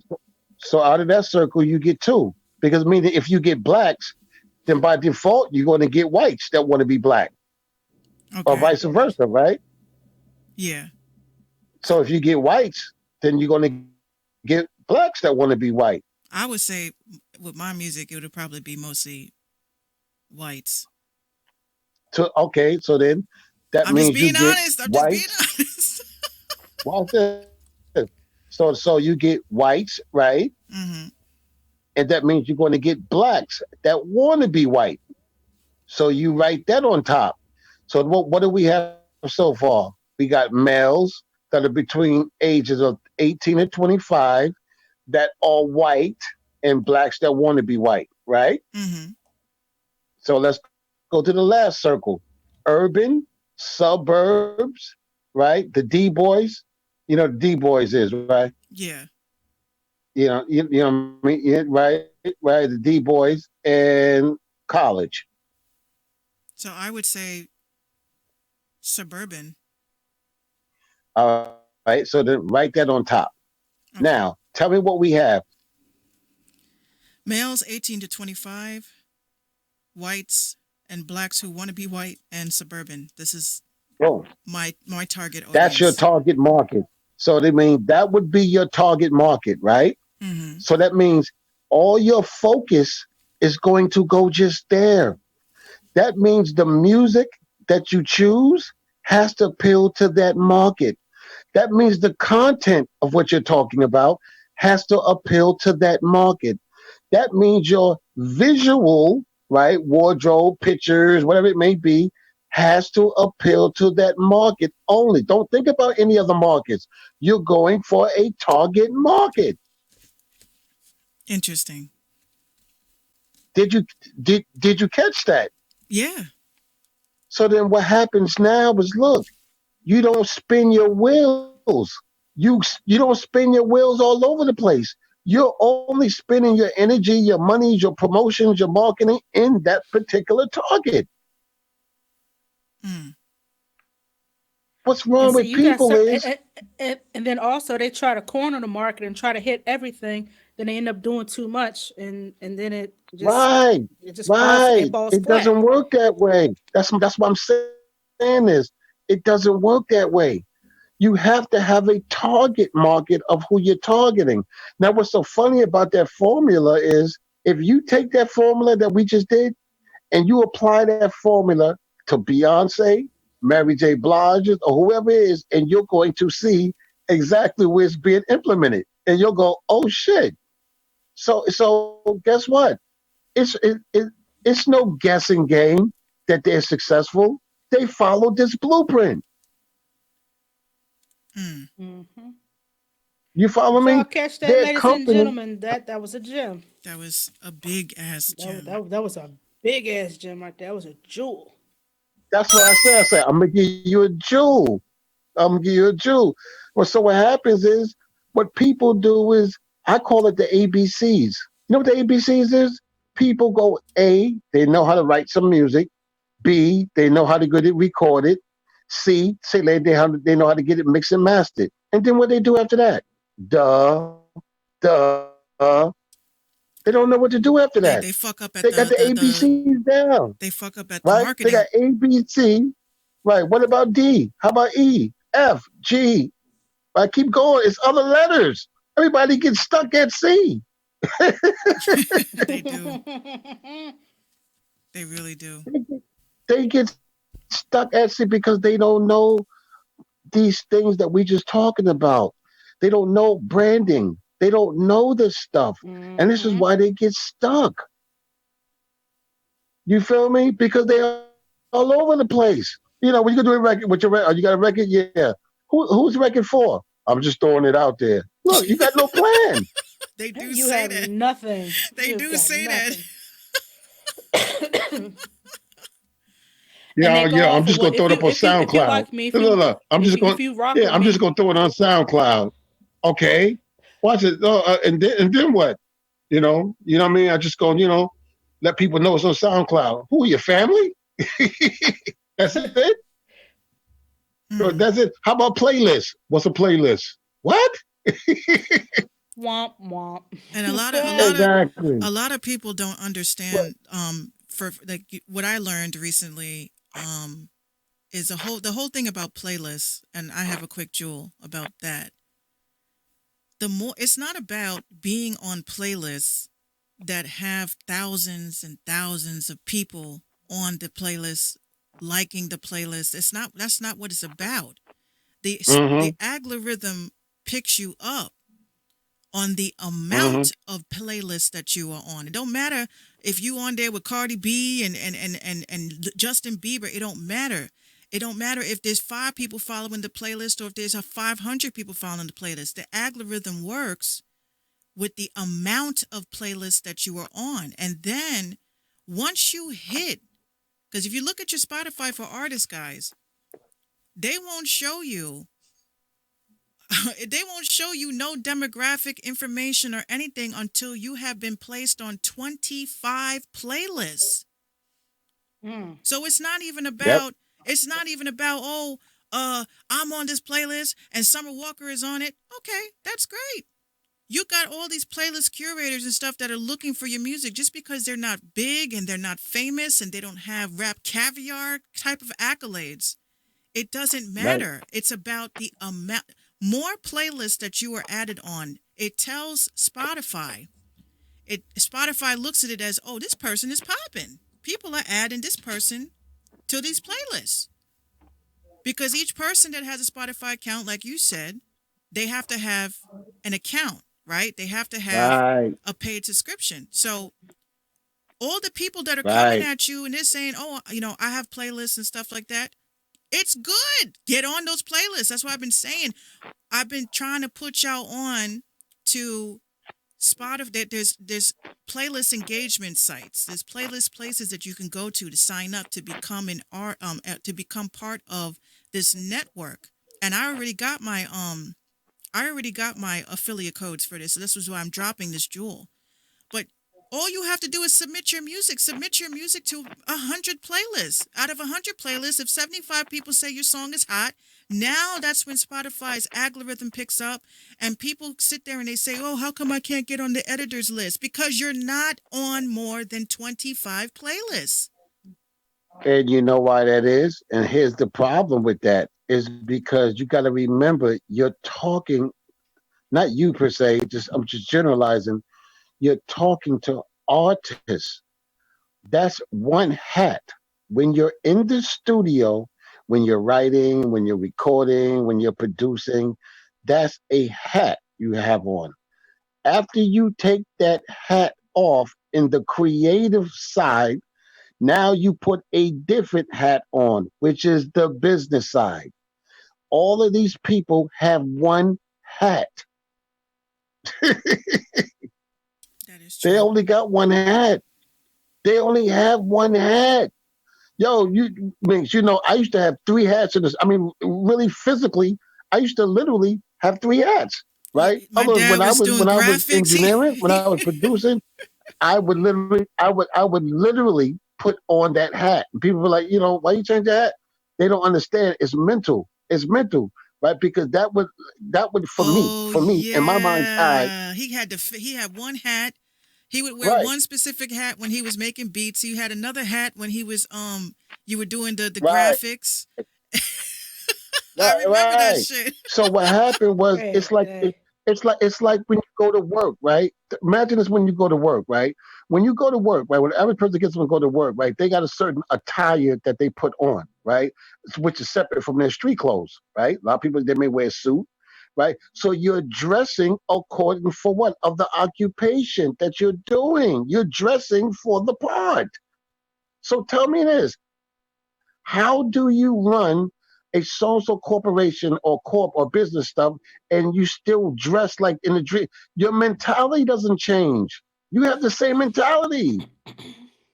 It's the same mindset. When a police officer goes to work, when he puts his uniform on, he's in the uniform mind of the job description. When he punches out and puts his regular clothes on, he or she is in a different mindset. Do you understand what I'm saying? And D Blaze says that's deep. I never peeped that. I It's a different mindset. It's a different uniform. It's a different psychology. It's different. So here you have people who have the same uniform on, and you're trying to change departments, and you got the same uniform on, bro. You got three jobs. Like after this, look after your job from Dunkin' Donuts, you work for the fire department, but you go inside. Listen. Are you going to the fire department with your Dunkin' Donuts clothes? You gonna be working with your Dunkin' Donuts clothes on or what?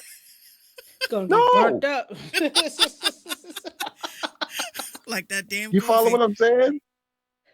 I feel you. That's real talk, though, because we're dealing with psychology.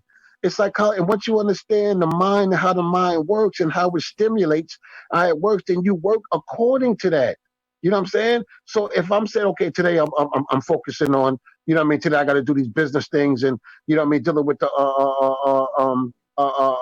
production, excuse me, all the administrative stuff and so on. So I guarantee, if you dress for the part, you have a whole different mindset. The way that you move, the way you do everything, right? When I'm in the studio, right? When I'm feel like recording, I'm putting my recording vibe. What makes me comfortable when I'm recording. If it's dressed like this, if it's some people like to have candles and stuff in the vocal booth, whatever it may be. You create the environment for what it is that you're trying to do. Mm-hmm. Anybody who's successful, you ask go to any seminar with entrepreneurs, and they will tell you that it's a mindset. It is a mindset. When you go to gym, what you do? Don't you put on your gym clothes? I'm, Well, Mm-hmm. that is I'm true sure. though. I'm showing you subconscious things that people ain't even aware what's happening when you. I'm going to the gym. I bet you put your gym clothes on. I bet you get your gym bag, right? And then now, when you in the gym frame of mind, I bet you do that, So that's got to be this. right? That's got to be the same thing across the board with pretty much Right, everything because that you do. because it trains the mind. It trains the mind and puts the mind right in position for the job that it's trying to do. Damn. Mm-hmm. Does that make sense? You know what I mean? So if you're aiming for success, then you have to. You have to model yourself after success and the things that successful people do. That's why they're successful. There ain't no mistake. There ain't no accident. It's a mindset. Yep. That's why even like with the this whole quarantine shit, like I was telling everybody on Twitter, regardless if you're home, get dressed, put Yeah, on your yeah, makeup, take a yeah. bath, just Right. because if you allow It's a yourself, mindset. yeah, you have to like get yourself out of that element of I'm locked in the house. You know what I mean? Like you got to I'm act gonna like be in you. my PJs and Right. You ever slippers notice all that? day in my house You ever coat. notice that people? You ever notice that people that are sick look sick, dress sick? Am I right? Yeah, that's true. Because it puts you in a mind. It's a mindset. You know what I mean? It's because the way that the mind works, right? The conscious and the subconscious mind. I'm not on me to get too all esoterical and shit on nobody, right? But it's real talk. Psychology is really deep, yo. It's really, really deep. So if you giving yourself towards success, it makes sense as a reference point. Let me study what successful people do. Let me study how if I want to read what motivates me, we say, well, damn, well, Oprah Winfrey. Let's just say she's a billionaire. I say, well, damn. Let me study how did she get to be a billionaire? What did she do? What type of things? And guess what you're gonna find? You're gonna find 98% of those people all do the same things. How do I know? Because I studied it and I found in what was the commonality. What was the commonality amongst all these successful entrepreneurs? And I was like, oh shit, oh shit. They were all about the mind. It's all about the Hmm. mind, yo. That's why I All feel. about That's the why even mind. for myself, I feel like with this podcast, for instance, and you were there since day one. I wasn't very confident about it, and before I went into surgery, you told me, yeah, you got to read this book. Read this book. And when I read that book, I had the audiobook playing during my surgery, and I came out. I woke up. I felt like I had all the answers because all the shit that was playing. It was a 4-hour surgery. All the shit that was playing was subconsciously being entrapped into my brain, and it was like almost like a rewiring. Like, okay, I have to stop being negative. I have to start being positive. I have to start seeing the positive outcome of this journey as opposed Right. to the obstacles of the journey. What advice do you have? Not to rush you off or anything like that. I'm not doing that, but I would have you on for hours. But what would you Yeah. say? What would you say in closing? What would you recommend that artists and just anyone that's an entrepreneur, anyone that's looking to be more successful besides books and stuff like that, what can they do to self motivate, even if they're not into books and stuff like Okay. that? This is how. Okay. This is how. Right. Whatever it is that you're trying to do, someone has done it already. This is a cheat code. That's like me playing a video game and here's a cheat code, right? Look, I've been stuck on level six for a month. I can't. Also, you go online and Google shit and you find the cheat codes. Just like, oh, word. All I got to do is press on. You got the cheat codes, right? Next, thing you know, I come back and look. You are level 25. How? Because you got the cheat codes, right? That's true. Hmm. So here's the deal, right? So watch this. So it's the same thinking. Whatever it is that you're trying to do, someone has done it already, right? So then what is the cheat code?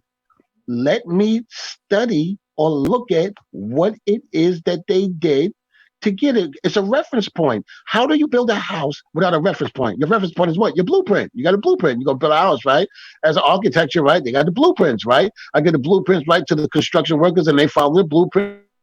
Next thing you know, boom, you got the house, right? Yeah, how? Because they follow the blueprint, right? So the blueprint is someone that you may, admire, someone that you look up to, who are successful in whatever. If you look at it as what they did and study what they did, right, you take a snapshot because you have a model, you have a reference point. How do you build something with no reference point? Your reference. Remember, I told that to somebody last week, right, about mixing. Right, the guy would say, "Yo, man, I mixed this song. My mix is not coming out right, man." And to me, it sounds good and shit, but when I play it in the car or I play it against some other shit in the club, whatever, my shit sound it sound horrible. And I said, when you mix that song, tell me what you did. And the guy told me, he said, what I did, I played, my headphones, I played in my speakers, and I was just so and so. And he ran through the whole joint. And I said, you know what you missed, fam? I went, yeah. I said, what was your reference point? He said, what do you mean my reference point? I said, what was your reference point? He said, what do you mean? I said, bro, if I'm listening to only my music when I'm mixing, right? How do I know if I'm right or wrong? If all I'm listening to is mine, because to me, my shit sound like the shit, right? But Mm-hmm. how do I know if I'm right or wrong, if I had a reference point?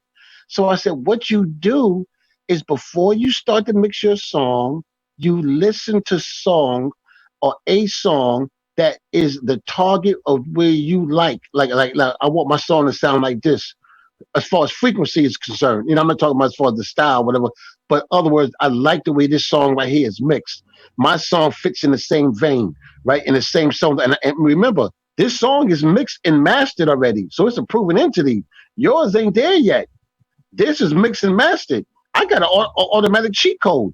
So all I got to do is take that song, import it into my session, and A and B back and forth from their song to my song, their song to my song. Yep. Right? They got plugins that do that right now, like a Magic AB, AB Central, right?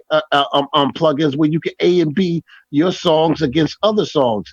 So now when I'm mixing, I can see if I'm off. I can see, oh, my vocals is too loud, or my vocals not loud enough, right? Oh, I got too much bass in this. Oh, ain't not enough bass. I got a reference point. I'm referencing against something. Yeah, for I'm for referencing against something that's done. for vocals on mine when I'm using the AB plugin, I always use Drake. I hate him, but we have the same vocal presentation, I believe. So when I'm mixing Right. my So vocals, free. yeah, I definitely He's Right. use he, him. he's your cheat code. Drake is my cheat Right. code. So you have to have a reference point, because without no reference point, how do you know if you right or wrong? You know what I'm saying? That's my point. I'm trying to say reference point in mixing, reference point in your business model, reference point in your goals that you saw. Even if I'm working out, right? Say I want to get my body in shape. It's like, okay, are you watching anybody else? Yo, well, I like Kai Green, or like so. Listen, I do. I listen to CT Fletcher. Where I listen to CT Fletcher. Why? Because he motivates me to. I got a reference point. But if I'm my only reference point, you're done. Because to you, ain't nothing wrong. Everything sound good, right? Until it don't. Right. Until you put it against some other shit. Right? That's right. And you will find out just how off you are. You'll find out you will trust me, you will find out just how off you are If the social media hard will, way. if That social that car media, test that car test well, that will always tell you. That car test would tell on you. Yeah. You know what I mean? But even with the card test, right? The card test that has great flaws in it. The flaws that's in the card test is what? Think about it. In the card test, right? You are sitting on the left hand side, right? You're not in the sweet spot when you're mixing. When you're mixing, you're in the sweet spot, right? You're sitting right there in the middle with two speakers on your left and Mm-hmm. right, boom, and you're in a perfect Mm-hmm. triangle. That's the sweet spot, right? So now you've mixed your song in the sweet spot. Now here it is, you go and you listen to it in a different environment, like say your car. In your car, you're sitting on the left side, so all to your far left. You don't hear on the right side. You're sitting on the far left, so you're not in that same position. So you're going to get a whole different presentation of what you just did because you're not in the same position. You're not in the same listening position. oh, that reminds me of that fight that I had with that industry producer who was doing the car test Right. in a freaking like $150,000 car. Yeah, yeah. And watch this. And what if in your car, right? You got a subwoofer. You got a subwoofer, right in the trunk, a 50-inch subwoofer, right? But when you mix that song, you didn't have a subwoofer. You didn't have a Uh-huh. subwoofer, so you're in a whole different you're in a whole different environment. right? So Mm-hmm. that's why I say even the car thing is tricky because people's systems change from system to system, system to system. It's not going to sound the same in the system. So that gets very tricky. Well, I will definitely say we got to have you come back on in the future. Of Like we got course, to have you come back of on. course, because you've dropped quite a few gems there. Copious jewels. He had his Minx moment and everything. For Yeah, real. man. But See, now I see where you get it from. I get it from him. Now I see where you get it from.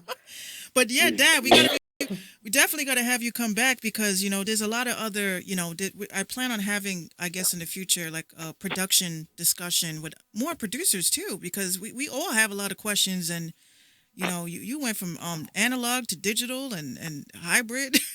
I'm like, And wow. I consumer know, man. versus this and I know.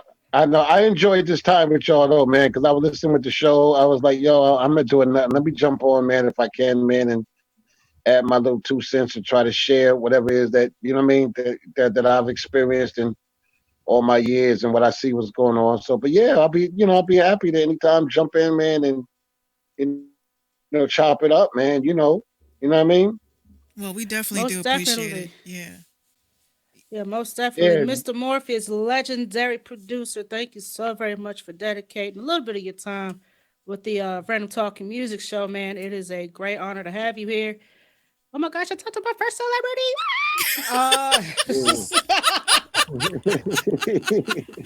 Uh, for those that don't know Mr. Morpheus, he's part of a very legendary artist I grew up listening to, Full Force. I'm a fan of the music anyway, because that's my area anyway. I was too young to like understand what the heck they were singing about, but I know now. Uh, but yeah, thank you so very much, Mr. Morpheus, for coming through and dropping those jewels. And like me say, you are welcome back anytime. Just let us know, and we will dedicate a whole 2 hours to you, sir. And you just give us a master class of sorts. Yes, please. yeah, man. I want to see everybody win, man, and what they doing, man. That's all. It's like, listen, here's the thing, man. Um, my philosophy is very simple, and it's goes something like um, a lot of people know know just enough about a subject to think that they right, but not know enough about the subject to know that they're wrong, Damn, right? that And I was see deep. it all the time, I like that. right? I And like like that. I say, I don't claim to know everything, but I know a lot about a lot of things. You feel me, right? So all I Right. try to do is just do my part. You know what I mean? I try to do my part, right, and pass on the next, for the next people, the next generation. Man, keep it going, keep it moving, keep it moving. But I want you to move forward with knowledge. I don't, we can't, you can't be an entrepreneur, you can't be independent with bullshit. It's not going to happen. So the cycle got to change, and the cycle got to change with Hmm. you. You the only one's going to change the cycle. So that means you got to change your conclusion because here it is, real quick before I go. Remember, everybody can tell you their conclusion. Minx, how many times I tell you this, Minx? Everybody got a conclusion. Everybody can tell you their conclusion, what they believe, what they accept to be true, whatever. That's their conclusion, right? And I say, I'm not interested in your conclusion. I'm interested in how you came to the conclusion you came to, because your conclusion is based on a body of data. You use data, right, to form your conclusion. Right. Everybody. So the problem is, what if your data is wrong? That means that your conclusion is wrong by default, Hmm. right? Right? That is Because true. remember, you formed your conclusion off a body of data. So my position is, I always go, yo, let's get some data. Let's get more data or data, however you want to pronounce it. Let's get more data. Let's analyze the data. Let's get the data. So now, guess what? I can make a more intelligent conclusion. I can come to a more intelligent conclusion. You got to approach your shit like a scientist. Even though we do art, and even in your artwork that you're doing, that's science. You're applying science. You know what I mean? Bars and understanding rhythms and frequencies and so on. It's all still science, right? But you got to Frequencies just and apply science. You got to approach it like a scientist, right? After you do your art, I want to see because I see, everybody's not garbage. Don't get me wrong. I hear a lot of good artists who are really good, but they get stuck at C, and I say, damn man, damn. I know a few artists right now who are iTunes that got albums that is crazy, but nobody knows it's there. Yeah, Mm-hmm. nobody nobody knows. nobody knows it's Nobody there. know about it. You know what I mean? And then you get the crap and shit, and everybody know that's there. And you go like, "Yeah, what's wrong with this picture?" Right. So what's wrong with this picture? That tells you it can't be a talent thing. It definitely can't be a talent thing. So you got to ask yourself, what's wrong with this picture? And then, how do I fix it now? How do I fix what we rant, we complain about this and that, and we rant. We could do that all day long. But how about problem solving? How do I solve the problem? How do I solve it? And that's my position. I'm like, yo, let's solve the problem. We could talk about the problem. That's all cool and gravy. But I want to focus on solving the problem? I want to focus on moving forward and getting out of the rut. Taking my God given talent or what it is that I do and taking it to the next level because everybody got something to give to the world. Everybody got something to contribute. Everybody has something to contribute, and all of it don't necessarily have to be musically. Some people are gifted in managing. Some people got the gift of gab. Some people know how to talk, right? Some people, but everybody has something to contribute. You know what I mean? Everybody. But the thing is, you just got to find out on what it is and how to do it. That's all. Mm. And that's my 2 cents. That's Love, true. peace, and hair grease. Much love, Mr. Morpheus. Again, thank you so very much for your jewels, man. Yeah, next time Very. All right, I hope. family. All I right, hope baby people girl. learn from that. I'll talk to you behind the scenes, Dad. Later. All right. All right, babe. Later. Later. All right. Enjoy. Thank you. Thank you so very much. Yeah. So, ladies and gentlemen, that was the legendary Mr. Morpheus. Yes, Mr. Morpheus, those of you that are just tuning in, is my dad. And we If you're just tuning in, you too damn late. You gotta catch the replay because we at the end. we're at the end, but just to recap, we talked about my dad dropped some copious jewels about Very much so. being an artist and targeting your target audience. He gave some jewels and tips. So those of you that are just tuning in, make sure that y'all hit that replay on YouTube, Facebook, wherever. Mm-hmm. Share this, share this, because again, we are trying our best. Me and 759 are the two dynamic duos. The dynamic We are the duo. dynamic duos of primetime because we are giving artists a platform to not only talk about the business, not only discuss about random topics going on, but also have these conversations that will better ourselves and each other as a team. We gotta educate you guys. You know what I'm saying? We try. But And that was because so random. That was just it's a lot of indie artists here, and I feel they can really learn from it. this is why this is called the Random Talk and Indie Music Show, because Indie music show. this was a random talk. I had no idea that this is what the premise of the show was going to be about, but this is something nice to talk about instead of that coronavirus. It's getting real. Shit is getting real. Uh, Yeah, but Shout out to Roller Zone. Shout out to Roller Zone. Yeah, you late, girl, but I know you're gonna hit that replay, girl. I know you are. Any final you got thoughts? to. Any final thoughts for you? I I have Your none. mind is just blown, isn't it? Mine's just blown. Mine's just blown. He taught me so much. It's a lot of highlights I'm gonna get off of the show. You just watch. Ladies and gentlemen, that concludes the end of our broadcast. Once again, thanks and big ups, big shouts to Mr. Morpheus for coming through. Like Mink said, y'all gonna have to catch the replay because he dropped so much jewels. My bag's just bust open. I can't scoop it up with my bare hands. Y'all gonna catch that It was replay. like a pinata. But A pinata. like a pinata. All the candies just fell out, and I can't grab all the Tootsie Pops. That's all I'm saying. Uh, but please catch the replay. It was very pertinent information in there for you guys, for you indie artists that are just starting out or really don't know which way to go, what direction you want to go to with your craft. And the big thing to take away from that is it's about quality, not quantity. Just because we're in a digital age doesn't mean that you have to oversaturate, try to corner the market because you end up messing it up for those who are really talented and that really take the time and put thought and their whole ass into their craft. Stop being half-assed. Basically, is what I'm trying to say. Exactly. On that on that note, I'm gonna drop y'all off with two tracks tonight. My girl Nefertiti, Queen Mother. Her project is out on all platforms. Please go get that Queen Mother. And I'm gonna round it off tonight with Mad Mike's Control. Shout out to ITM Records. And also get his music as well. He's another dope artist. On that note, we will see you guys tomorrow nights at 7 p.m. for more random talk, more indie music, and more shenanigans, just like you like it, because we give you what you want. Exactly. Who knows? We might get another, gym session. Uh, on that note, good night, y'all. Good night.